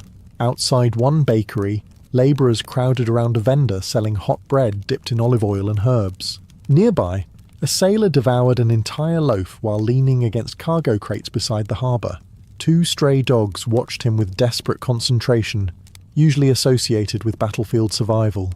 And as the morning sun slowly illuminated the golden rooftops and crowded streets of Constantinople, fresh bread continued pouring from the ovens into the hands of a city that never stopped eating, bargaining, praying, working, or complaining loudly about food prices. As fresh bread disappeared into the streets of Constantinople by the thousands, the market districts entered their busiest hours of the morning. The narrow avenues surrounding the forums and harbours became packed with merchants selling olives, spices, oils, dried fruits and luxuries transported across half the known world. Constantinople was not merely a city. It was the centre of an empire balanced directly between Europe and Asia, and its markets reflected that reality every single day. The olive sellers occupied some of the loudest sections of the market. Large clay jars stood beside wooden stalls, overflowing with green, black, salted and oil-cured olives gathered from across the Mediterranean. Merchants shouted prices while offering samples to passing customers using small wooden picks. Buyers squeezed olives between their fingers, inspected colour and texture, and argued over quality with the seriousness of military negotiations. One elderly woman spent nearly 20 minutes accusing a merchant of watering down his olive oil before purchasing it anyway. Nearby, spice traders transformed entire sections of the market into clouds of colour and scent. Piles of saffron, cumin, cinnamon, pepper, coriander and cloves covered long tables beneath hanging fabrics designed to block the harsh sun. Some spices arrived through trade routes stretching all the way toward India and Arabia. Others came through caravans crossing deserts, mountains and territories, where bandits considered theft less a crime and more a respectable career path. The wealthy citizens of Constantinople loved imported spices, because nothing displayed status quite like casually seasoning dinner with ingredients transported across continents at enormous expense. A noble woman sprinkling pepper onto roasted lamb was essentially announcing, "Yes, my household can afford flavour from 3 empires away." Meanwhile, ordinary workers crowded around cheaper stalls selling garlic, onions, herbs, nuts, figs and dates. Vendors sliced dried fruit with small iron knives, while children carrying baskets pushed through the crowds, hoping not to lose coins entrusted to them by impatient parents back home. The streets themselves became almost impossible to navigate. Donkeys loaded with cargo squeezed between soldiers, priests, fishermen, sailors and merchants from distant lands. Greek mixed with Arabic, Armenian, Latin, and countless regional dialects until the marketplace sounded less like a city and more like the entire Mediterranean Sea, trying to conduct business simultaneously. Above all of it hung the smell. Olive oil, warm bread, sea salt, roasting meat, incense, wine, spices, sweat, smoke, and animals blended together beneath the morning heat. It was overwhelming, noisy, crowded, and deeply alive. And for the people of Constantinople, this chaos was perfectly normal, because feeding one of the greatest cities on earth required an empire-sized appetite and a marketplace loud enough to match it. As the spice market swelled with crowds and arguments over olive prices reached levels normally associated with border disputes, the smell of roasting meat began spreading through the streets of Constantinople. By midday, the city transformed into a giant open-air kitchen feeding hundreds of thousands of people who all seemed convinced they personally deserved the freshest food available within the empire. Street food vendors lined the busiest roads near the forums, harbours and marketplaces. Smoke drifted upward from iron grills while cooks turned skewers of lamb above glowing coals blackened by years of grease and ash. Fat hissed into the flames as customers gathered nearby, staring at the meat with exhausted desperation. Constantinople was a city built on trade, religion, politics, and apparently the universal human instinct to stop functioning rationally near roasted lamb. Vendors shouted constantly to attract attention. Every seller claimed their food was the best in the district. Most were lying, but loudly and confidently, which in large cities often mattered more. Workers crowded around portable food stalls carrying clay bowls filled with lentil soup, onions, beans, and chunks of bread dipped into oily broth. Sailors fresh from the docks devoured grilled fish with their bare hands, while merchants balanced meals and business negotiations simultaneously. Somewhere nearby, a tax official ate honey pastries, while pretending not to notice several vendors quietly avoiding payment. One of the most popular foods came from small carts selling flatbreads stuffed with herbs, cheese, or chopped meat. These meals were cheap, filling, and easy to carry through crowded streets. In other words, the medieval equivalent of grabbing something quickly before returning to 12 more hours of labour and public stress. The taverns near the harbour became especially crowded during the afternoon. Wine sellers rolled barrels through narrow streets, while exhausted dockworkers packed inside dark taverns filled with smoke and arguments. Sailors from different regions exchanged stories, insults, and occasionally punches over cups of diluted wine. The Byzantine authorities technically preferred order. Constantinople itself preferred noise. Meanwhile, the wealthy citizens of the city enjoyed very different versions of market food. Rich households purchased expensive cuts of meat, imported sauces, spices, and pastries prepared by skilled cooks. Nobles walked through the same markets as ordinary citizens, but experienced them from a safe distance behind servants, guards, and expensive perfume attempting heroically to defeat the smell of fish. Above the streets, gulls circled the harbour while church bells echoed across the city, and below them, Constantinople continued eating. Relentlessly, loudly, and in quantities large enough to make feeding the ancient world's greatest cities seem only slightly less difficult than invading them. As afternoon settled over Constantinople, and the market streets reached their loudest point of the day, the wine sellers took control of the city's social life. Bread fed the population, meat satisfied hunger, but wine kept the empire talking, negotiating, celebrating, arguing, and occasionally making extremely poor decisions with impressive confidence. The wine merchants moved constantly through the streets, with barrels strapped to carts, pulled by exhausted donkeys. Some sold local wines from nearby Byzantine vineyards, while wealthier traders offered expensive imports arriving from islands across the Aegean or distant Mediterranean ports. Tavern owners inspected the barrels carefully before buying, tasting samples with the seriousness of priests examining sacred relics. Byzantines drank wine daily, although usually diluted with water. Undiluted wine was considered excessive, uncivilized, or something barbarians probably did before falling into rivers. Of course, after several cups inside the harbour taverns, many citizens quietly abandoned these refined cultural standards altogether. The taverns themselves overflowed during the afternoon hours. Near the docks, sailors packed shoulder to shoulder inside dark rooms thick with smoke, sweat, spilled wine, and arguments conducted at full volume. Wooden tables shook beneath clay cups and greasy plates, while merchants negotiated trade deals beside labourers, complaining about taxes, weather, or whichever emperor currently occupied the throne. In Constantinople, political dissatisfaction spread through taverns faster than plague, and usually with even louder shouting. Wine sellers moved between the tables refilling cups while musicians played stringed instruments near the walls. Some taverns hosted gamblers tossing dice across worn wooden boards. Others attracted storytellers describing distant lands, sea monsters, battles, or miraculous adventures that became dramatically less believable the more wine everyone consumed. Outside, smaller wine stalls lined the market streets for citizens unwilling to spend hours inside taverns. Workers stopped for quick drinks between errands, while wealthy officials purchased expensive vintages carried home by servants. Even monks occasionally appeared near the wine markets, although they generally attempted to look spiritually conflicted about it. Meanwhile, the harbour district grew even more crowded as evening approached. Sailors unloaded final shipments before sunset, while fishmongers tried desperately to sell whatever remained from the morning catch. Roasted meat still crackled above street fires, while bakers carried out late trays of bread for the evening crowds. And through all of it flowed wine.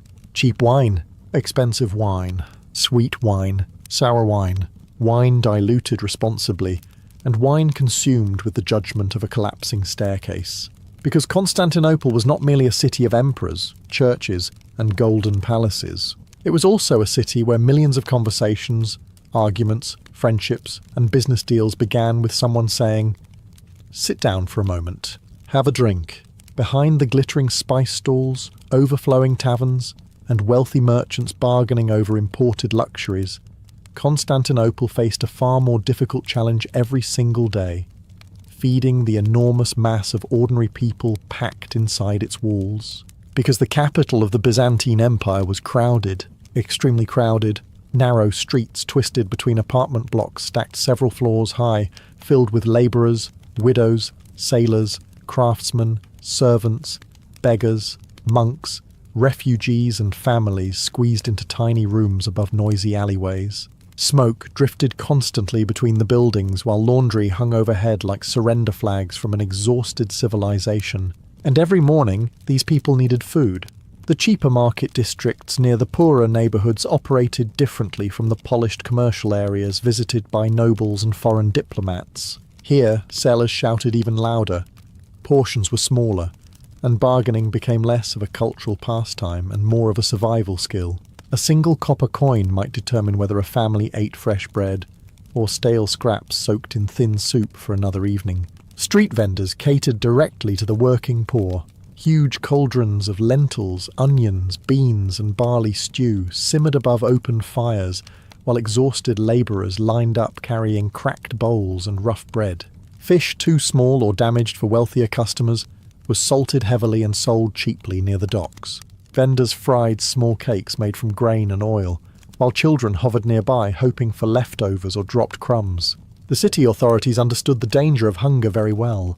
Constantinople had experienced riots before, and hungry crowds inside a giant imperial capital tended to become dramatic quickly. Grain shipments arriving by sea were carefully monitored, because one disrupted supply line could send food prices exploding overnight. An empire could survive foreign enemies. It struggled considerably more against several 100,000 angry citizens demanding bread. Religious institutions also played a major role in feeding the population. Monasteries and churches distributed food to the poor, especially during difficult seasons or shortages. Long lines formed outside charitable kitchens where monks handed out bread, soup, and watered wine to widows, travellers, and the desperate. Even in one of the richest cities on earth, poverty remained impossible to ignore. Meanwhile, the wealthy citizens of Constantinople passed through these same streets surrounded by servants and guards, carefully avoiding mud, crowds, and eye contact whenever possible. Expensive perfumes drifted behind noblewomen, while nearby labourers carried fish baskets, grain sacks, or construction stones heavy enough to permanently rearrange the spine. And somehow, despite the noise, poverty, overcrowding, and endless demand for food, the markets continued functioning, day after day, feeding one of the largest cities the medieval world had ever seen with bread, soup, olives, fish, wine, and remarkable levels of organised chaos. As evening approached, and the market crowds thickened once again, another group began moving quietly through the streets of Constantinople. The imperial officials responsible for keeping the city fed, taxed, and only moderately chaotic. This was not an easy assignment. Constantinople was one of the largest cities in the world, and its population consumed astonishing amounts of food every single day. Grain, fish, olives, wine, meat, oil, fruit, and spices flowed constantly through the markets, like rivers feeding a restless beast. If that flow slowed even briefly, panic spread quickly through the streets. So the empire watched the markets carefully. Officials moved between the stalls inspecting scales, checking grain quality, monitoring bread prices, and making sure merchants were not cheating customers too aggressively. Minor cheating was practically expected. This was still a Mediterranean marketplace. But if sellers pushed prices too high during shortages or sold rotten food openly, the authorities stepped in before angry citizens decided to solve the issue themselves using bricks. Bread inspectors were especially important. Since bread formed the foundation of the city's diet, the imperial government monitored bakers closely. Bakers caught reducing loaf sizes unfairly or mixing poor ingredients into flour could face fines, public punishment, or temporary closure of their ovens. Nothing attracted public anger faster than bad bread in a crowded capital city already filled with exhausted people. Near the harbour markets, customs officials tracked incoming cargo arriving from across the empire. Grain ships from Egypt and the Black Sea were particularly valuable because Constantinople depended heavily on imported food. Dock clerks recorded shipments, while tax collectors calculated duties on wine, spices, oils, and luxury goods. Merchants naturally complained about taxes constantly. This tradition appears to have survived every civilization in recorded history. Meanwhile, soldiers patrolled the busiest market streets to discourage theft and fights. This worked moderately well. Pickpockets still moved through the crowds with remarkable confidence, especially near busy food stalls where distracted customers focused more on roasted lamb than personal security. One thief reportedly stole an entire loaf of bread from a distracted labourer and vanished into the crowd before the man finished arguing over olive prices. At the same time, imperial officials had to balance control with practicality. Too many restrictions angered merchants. Too little oversight angered the population. Governing Constantinople often resembled carrying a burning candle through a storm, while thousands of hungry people shouted contradictory advice from every direction. And yet somehow, despite corruption, shortages, crowded streets, and endless political tension, the markets continued operating. Because beneath the golden domes, marble palaces, and imperial ceremonies, Constantinople depended on something far simpler than glory. It depended on tomorrow's food arriving on time. As darkness settled over Constantinople, the markets did not disappear. They simply changed character. Torchlight replaced sunlight along the crowded streets, while oil lamps flickered beneath wooden awnings and hanging fabrics. The daytime heat faded into cooler evening air, but the noise remained almost unchanged. Merchants still shouted prices. Tavern crowds still argued loudly about politics and religion. Somewhere near the harbour, A sailor was almost certainly losing money gambling against a man named something like One-Eyed Nikos, which should have been an obvious warning to everyone involved. The night markets attracted a different rhythm of people. Labourers finishing long days of work wandered through the streets, searching for cheap meals and wine before returning to cramped apartments. Sailors freshly arrived from distant ports explored the markets carrying foreign coins and questionable confidence. Wealthier citizens emerged in fine clothing surrounded by servants, enjoying the cooler temperatures while pretending the city smelled significantly better after sunset. It did not.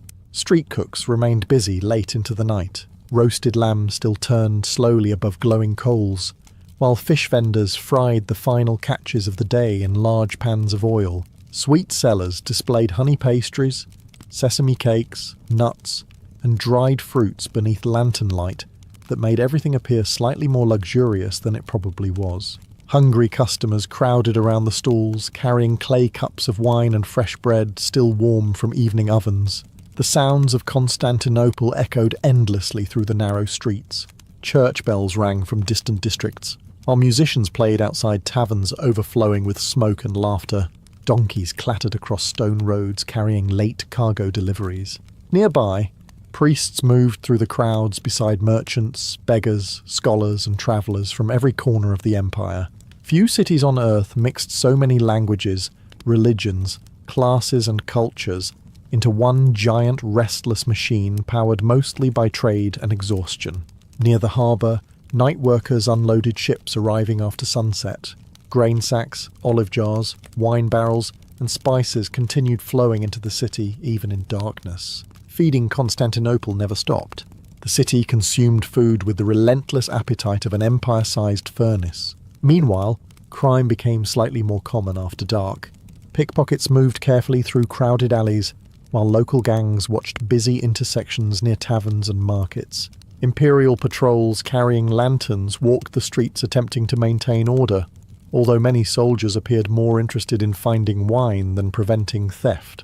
And above all of it rose the skyline of Constantinople itself.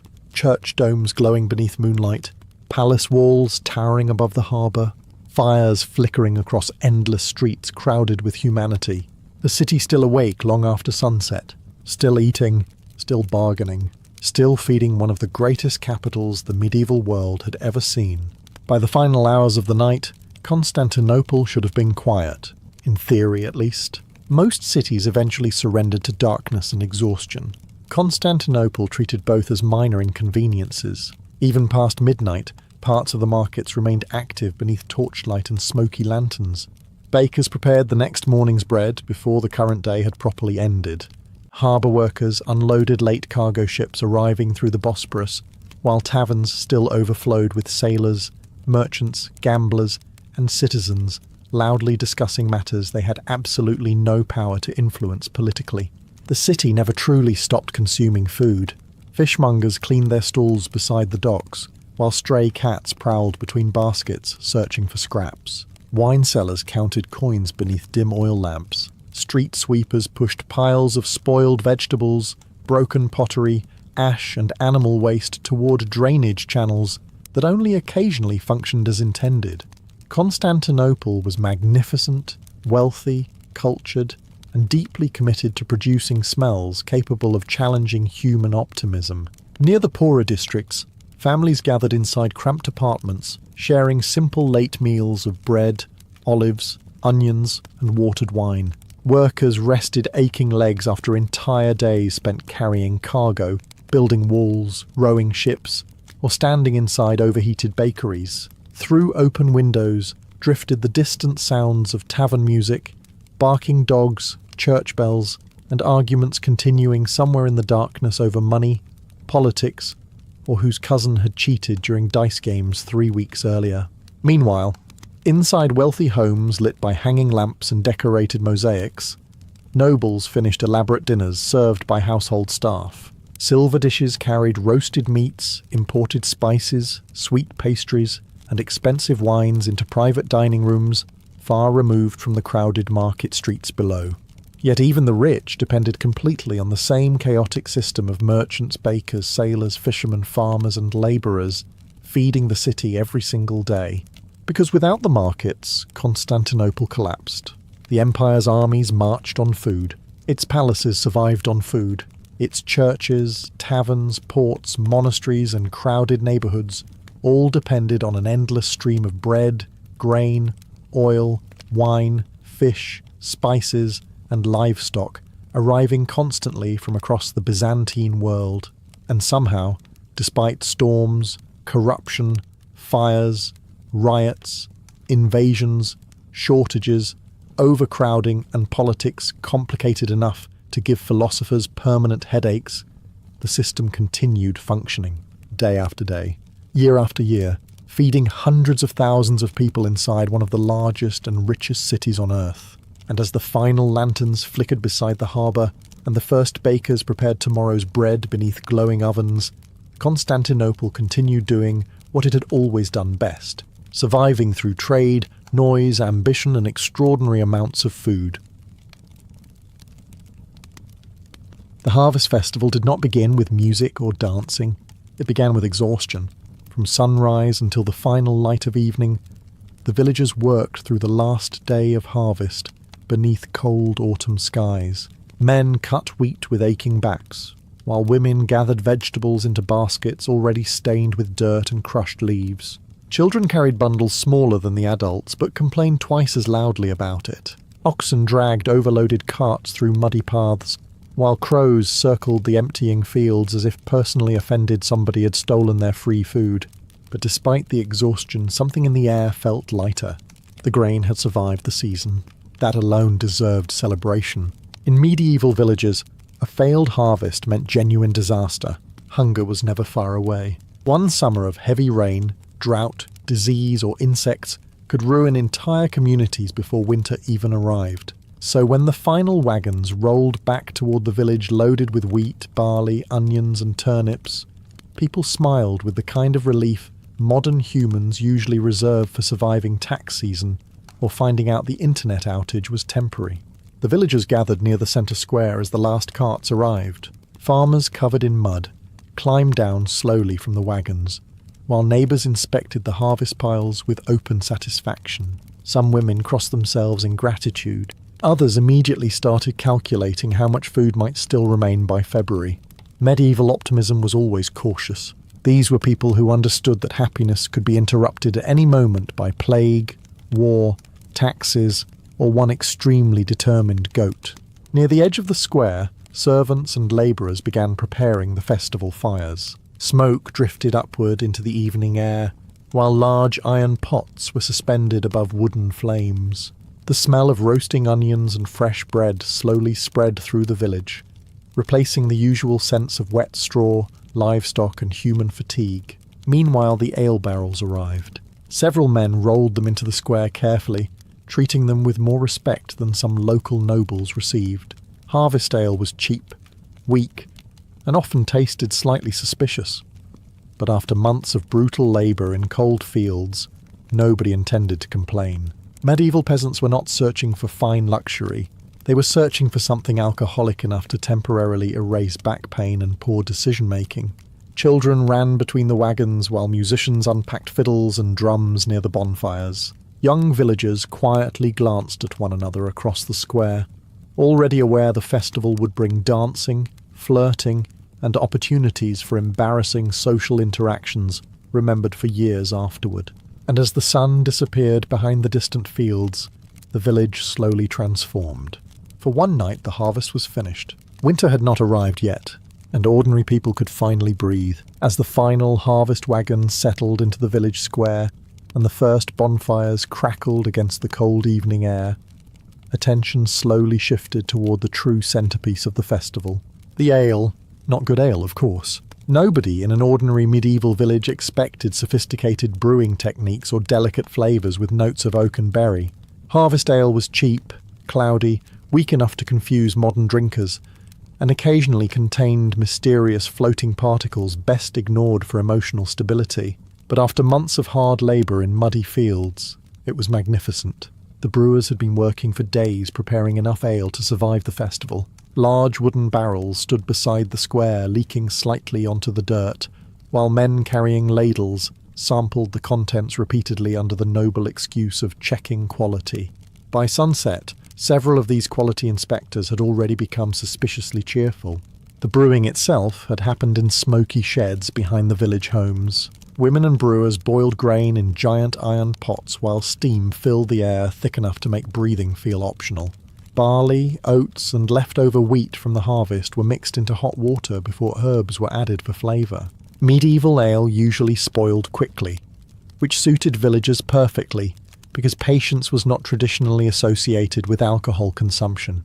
Children watched the brewing process carefully from a distance, mostly because adults kept yelling at them to stay away from the boiling pots. One boy ignored these warnings entirely and nearly fell into a barrel before being rescued by an aunt with reflexes sharpened through years of surviving medieval childcare. As darkness settled over the village, the ale finally began flowing into wooden cups. Farmers gathered near the barrels first, drinking deeply while sitting on overturned crates and wagon wheels. Conversation grew louder almost immediately. Men who had barely spoken during the exhausting harvest suddenly developed passionate opinions about weather patterns, local politics, and wrestling ability from 20 years earlier. One elderly farmer insisted he could still defeat any man in the village despite struggling visibly to sit down without assistance. Nearby, musicians tuned fiddles and pipes beside the fires while villagers passed cups from hand to hand. The ale loosened nerves quickly, especially among younger villagers hoping to impress someone during the evening dances later on. Nothing encourages terrible flirting quite like weak alcohol consumed rapidly in cold weather. Meanwhile, the village priest attempted to maintain dignity while quietly accepting a second cup himself. Medieval festivals often balanced religion and chaos together in deeply uncomfortable harmony, and as laughter spread through the square beneath drifting smoke and torchlight, the festival finally began feeling alive. The fields were empty, the grain was stored, the ale was flowing, which meant medieval peasants could finally dedicate themselves to their second greatest skill after farming, making questionable decisions during community celebrations.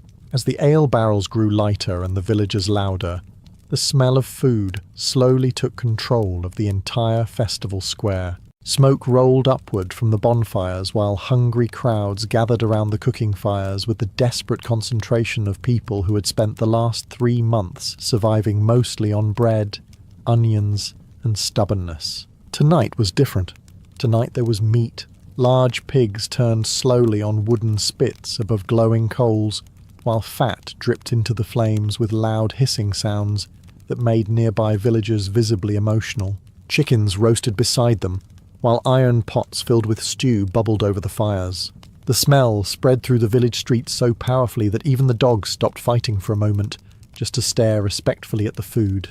Women moved constantly between the fires, carrying trays of fresh bread, oat cakes, roasted roots, and meat pies. Some balanced entire baskets on their hips, while simultaneously shouting instructions at children, arguing with drunk husbands, and preventing cats from stealing dinner.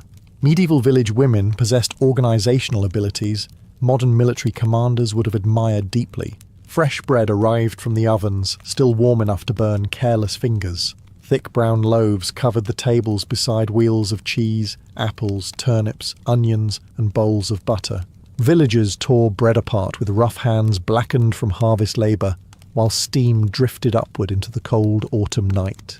Near one of the largest fires, the village butcher carved roasted pork into uneven portions, while pretending not to notice several children circling nearby like tiny starving wolves. One boy successfully stole a piece of crackling before immediately tripping into mud 2 steps later. Medieval festivals remained committed to realism. The feast tables filled quickly. Farmers sat beside blacksmiths, labourers beside millers, old women beside loud young men already halfway into disastrous flirting attempts, fueled by cheap ale and excessive confidence. Wooden cups slammed against tables while laughter echoed across the square. For one evening, nobody cared much about debts, taxes, aching backs, or the possibility of winter disease waiting patiently a few months away. Even the local Lord Steward joined the celebration from a safe distance near the edge of the square, carefully pretending to enjoy peasant food while clearly terrified by how close everyone stood to him. Medieval class systems became slightly blurrier during festivals. although not blurry enough for anyone to forget who collected taxes later. And as more meat disappeared from the spits and fresh bread continued arriving from the ovens, the festival settled fully into celebration. The harvest was done. The food was plentiful. The ale was working. And somewhere in the darkness behind the tables, one pig was quietly beginning to reconsider its current level of supervision. As the feast tables emptied, and the ale barrels continued their slow, heroic sacrifice for village morale, the musicians finally took their places near the largest bonfire in the square. This marked the official beginning of the dancing portion of the Harvest Festival, a medieval tradition proving confidently that rhythm was entirely optional. The fiddlers started first. Sharp strings cut through the cold night air, while drummers pounded heavy rhythms beside the fires. Wooden flutes joined in soon afterward, slightly out of tune but energetic enough that nobody cared. The music echoed across the fields surrounding the village, while sparks drifted upward into the darkness like glowing insects escaping the celebration. Villagers gathered around the fires almost immediately. The younger men stepped forward first with exaggerated confidence, smoothing hair, adjusting belts, and pretending they had not spent the previous hour nervously rehearsing conversation in their heads beside ale barrels. Young women stood nearby laughing together while carefully pretending not to notice any of it. Medieval flirting depended heavily on pretending complete emotional indifference, while staring constantly at the same person for 6 straight hours. Then the dancing began. Some couples moved surprisingly well, spinning carefully through the mud while musicians increased the tempo. Others danced with the coordination of collapsing farm equipment. Boots slammed into puddles. Elbows collided with faces. One man accidentally stepped directly into the bonfire circle, before being pulled backward by 2 horrified relatives and one very amused blacksmith. Nobody stopped dancing. That was the important part. Harvest festivals were not elegant noble celebrations held in polished halls beneath chandeliers.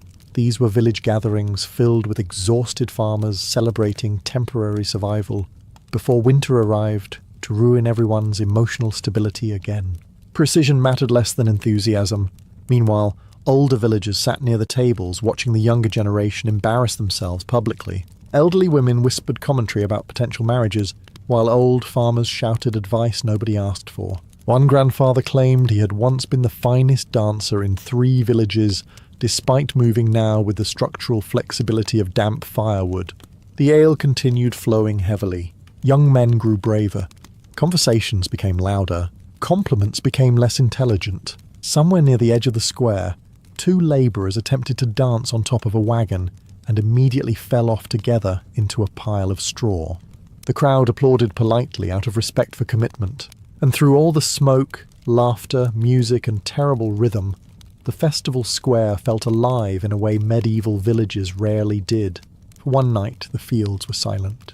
The harvest was safe, and ordinary people could forget hardship long enough to dance badly beside a fire under the autumn stars. As the dancing grew louder, and the musicians drifted deeper into songs held together mostly by optimism and ale, the Harvest Festival entered its most dangerous stage of the evening.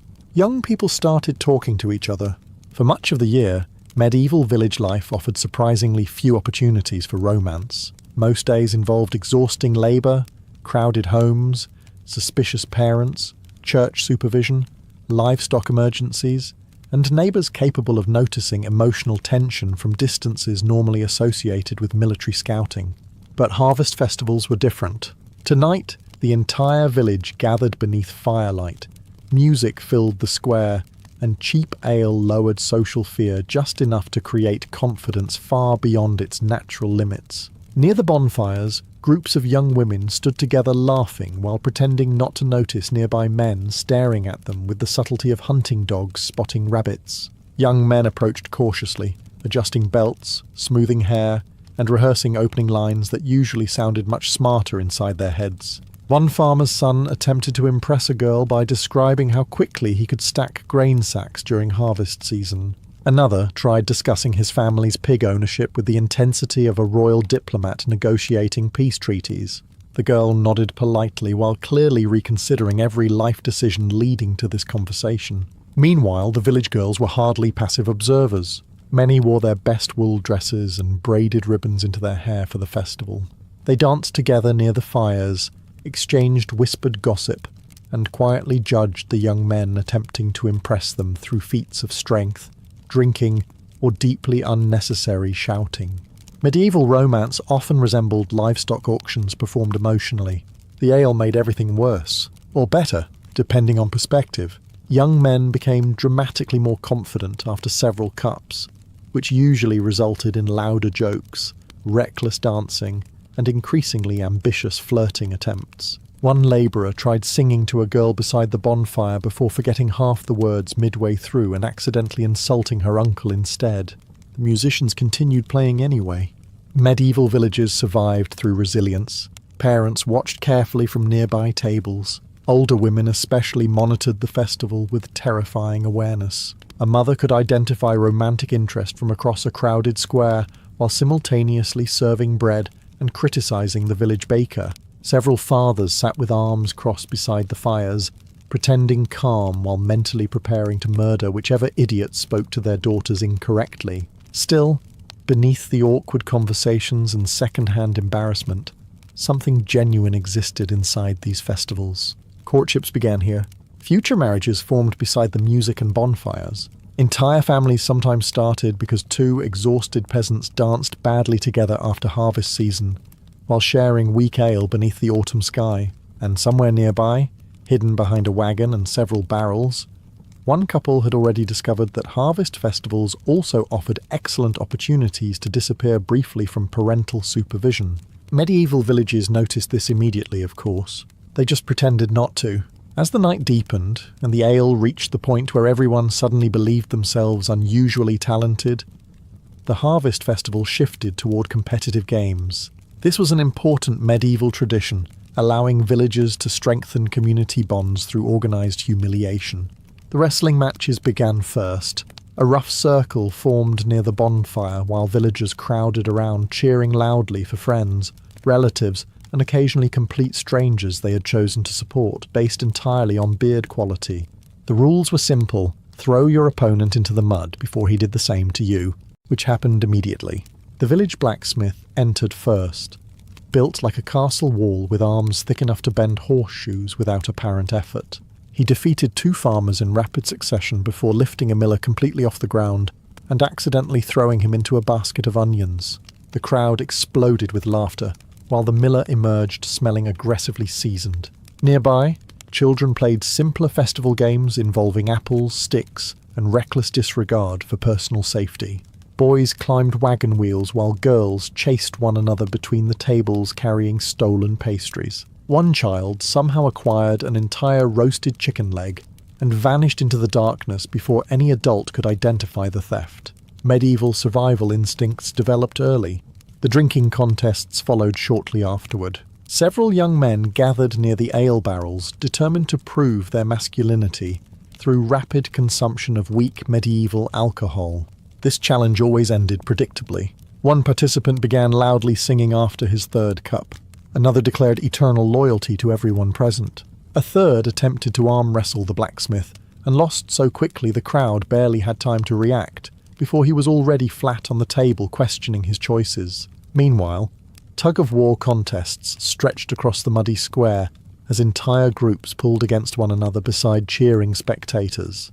Boots slipped constantly. People fell backward into puddles. At one point, the rope snapped entirely, sending 6 villagers crashing into a cabbage cart with enough force to create what historians would technically classify as an agricultural incident.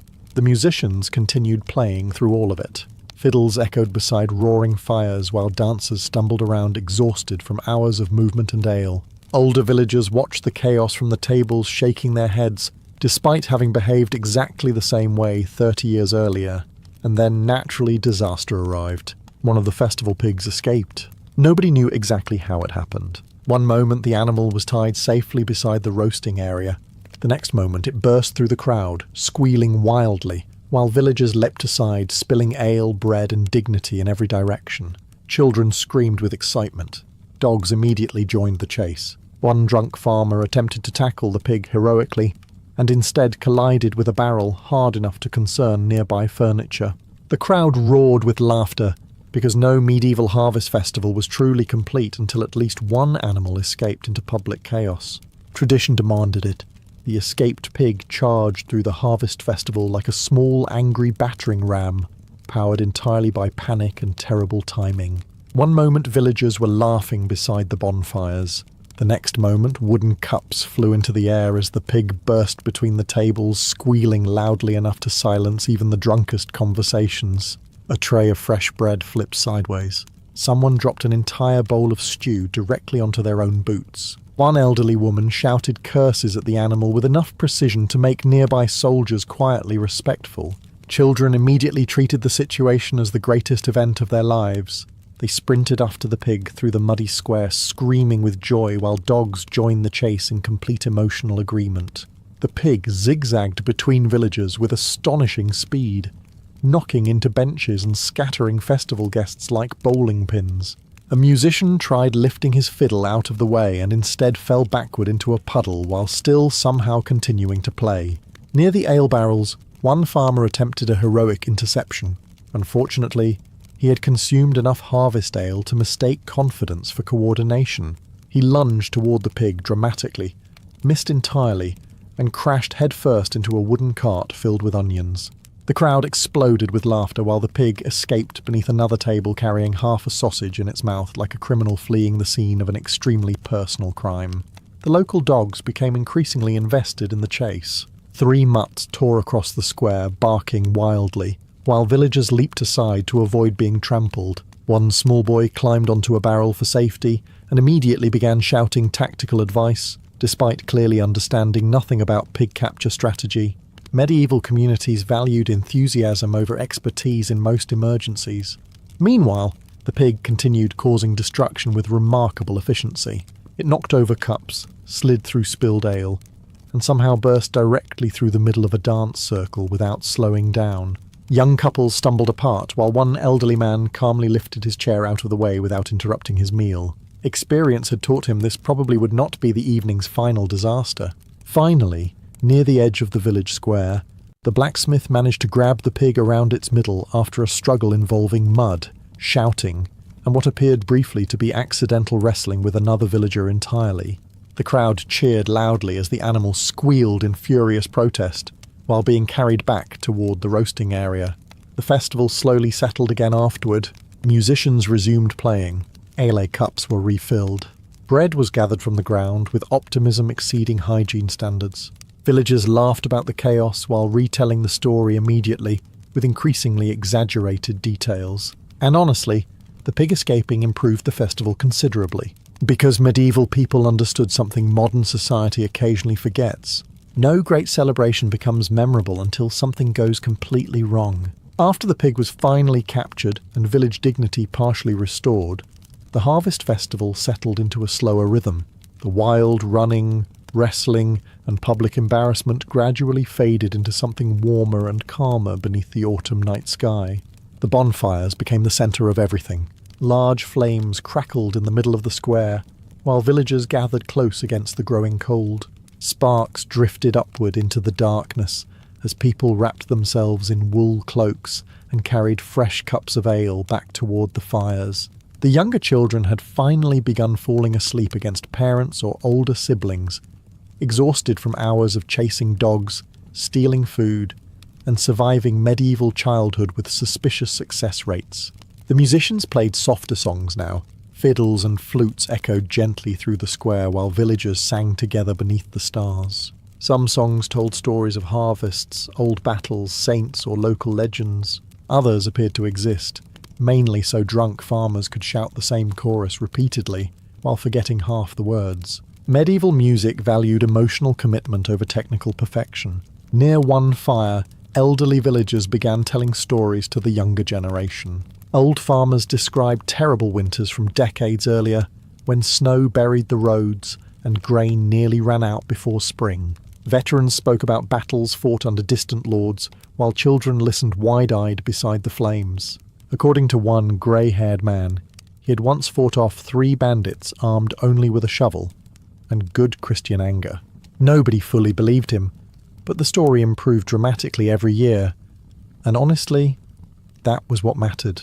Meanwhile, young couples drifted quietly away from the loudest parts of the festival. Some walked along the edges of the dark fields beneath moonlight, while others sat together near smaller fires, speaking softly enough to avoid public gossip for at least several minutes. Medieval villages lacked privacy almost completely, so harvest festivals offered rare chances for conversation, without immediate supervision from relatives, priests or neighbours professionally dedicated to monitoring romance.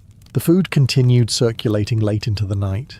Cold bread, leftover pork, roasted apples, nuts and ale passed from hand to hand while villagers stretched tired legs beside the fires. Smoke clung to clothing and hair while the square glowed warmly against the darkness surrounding the village. And for a little while, life felt unusually peaceful. No harvesting remained. No taxes were due tonight. No lord demanded labour in the fields tomorrow morning. There was only music, firelight, laughter, and the comforting feeling of surviving another growing season together, which, in the medieval world, counted as genuine happiness. By the final hours of the night, the harvest festival had transformed into the slow collapse of an exhausted medieval village, attempting to remain awake through sheer determination and increasingly poor decisions. The bonfires burned lower now, glowing red beneath thick layers of ash, while smoke drifted quietly across the square.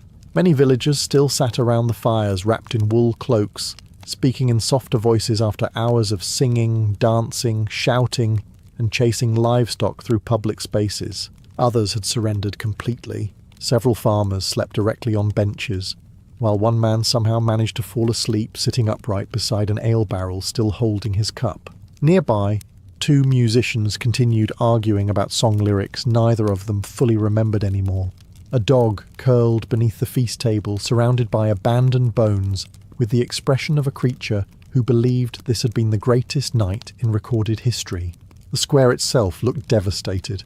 Bread crusts, spilled ale, muddy footprints, broken cups, ashes, cabbage leaves, and abandoned cloaks covered the ground beneath the torchlight. One overturned wagon still leaned sideways from the pig chase earlier, while several exhausted women stood nearby already discussing how much cleaning awaited them at sunrise. Medieval festivals created wonderful memories and catastrophic messes in roughly equal proportions. Near the remaining fires, the older villagers continued talking quietly about the harvest ahead. Even during celebration, medieval people never forgot reality for long. Winter was coming. Food would need rationing carefully. Livestock had to survive the cold months. One poor season could still destroy everything. But tonight, at least, the village had enough. Enough grain. Enough bread. Enough ale.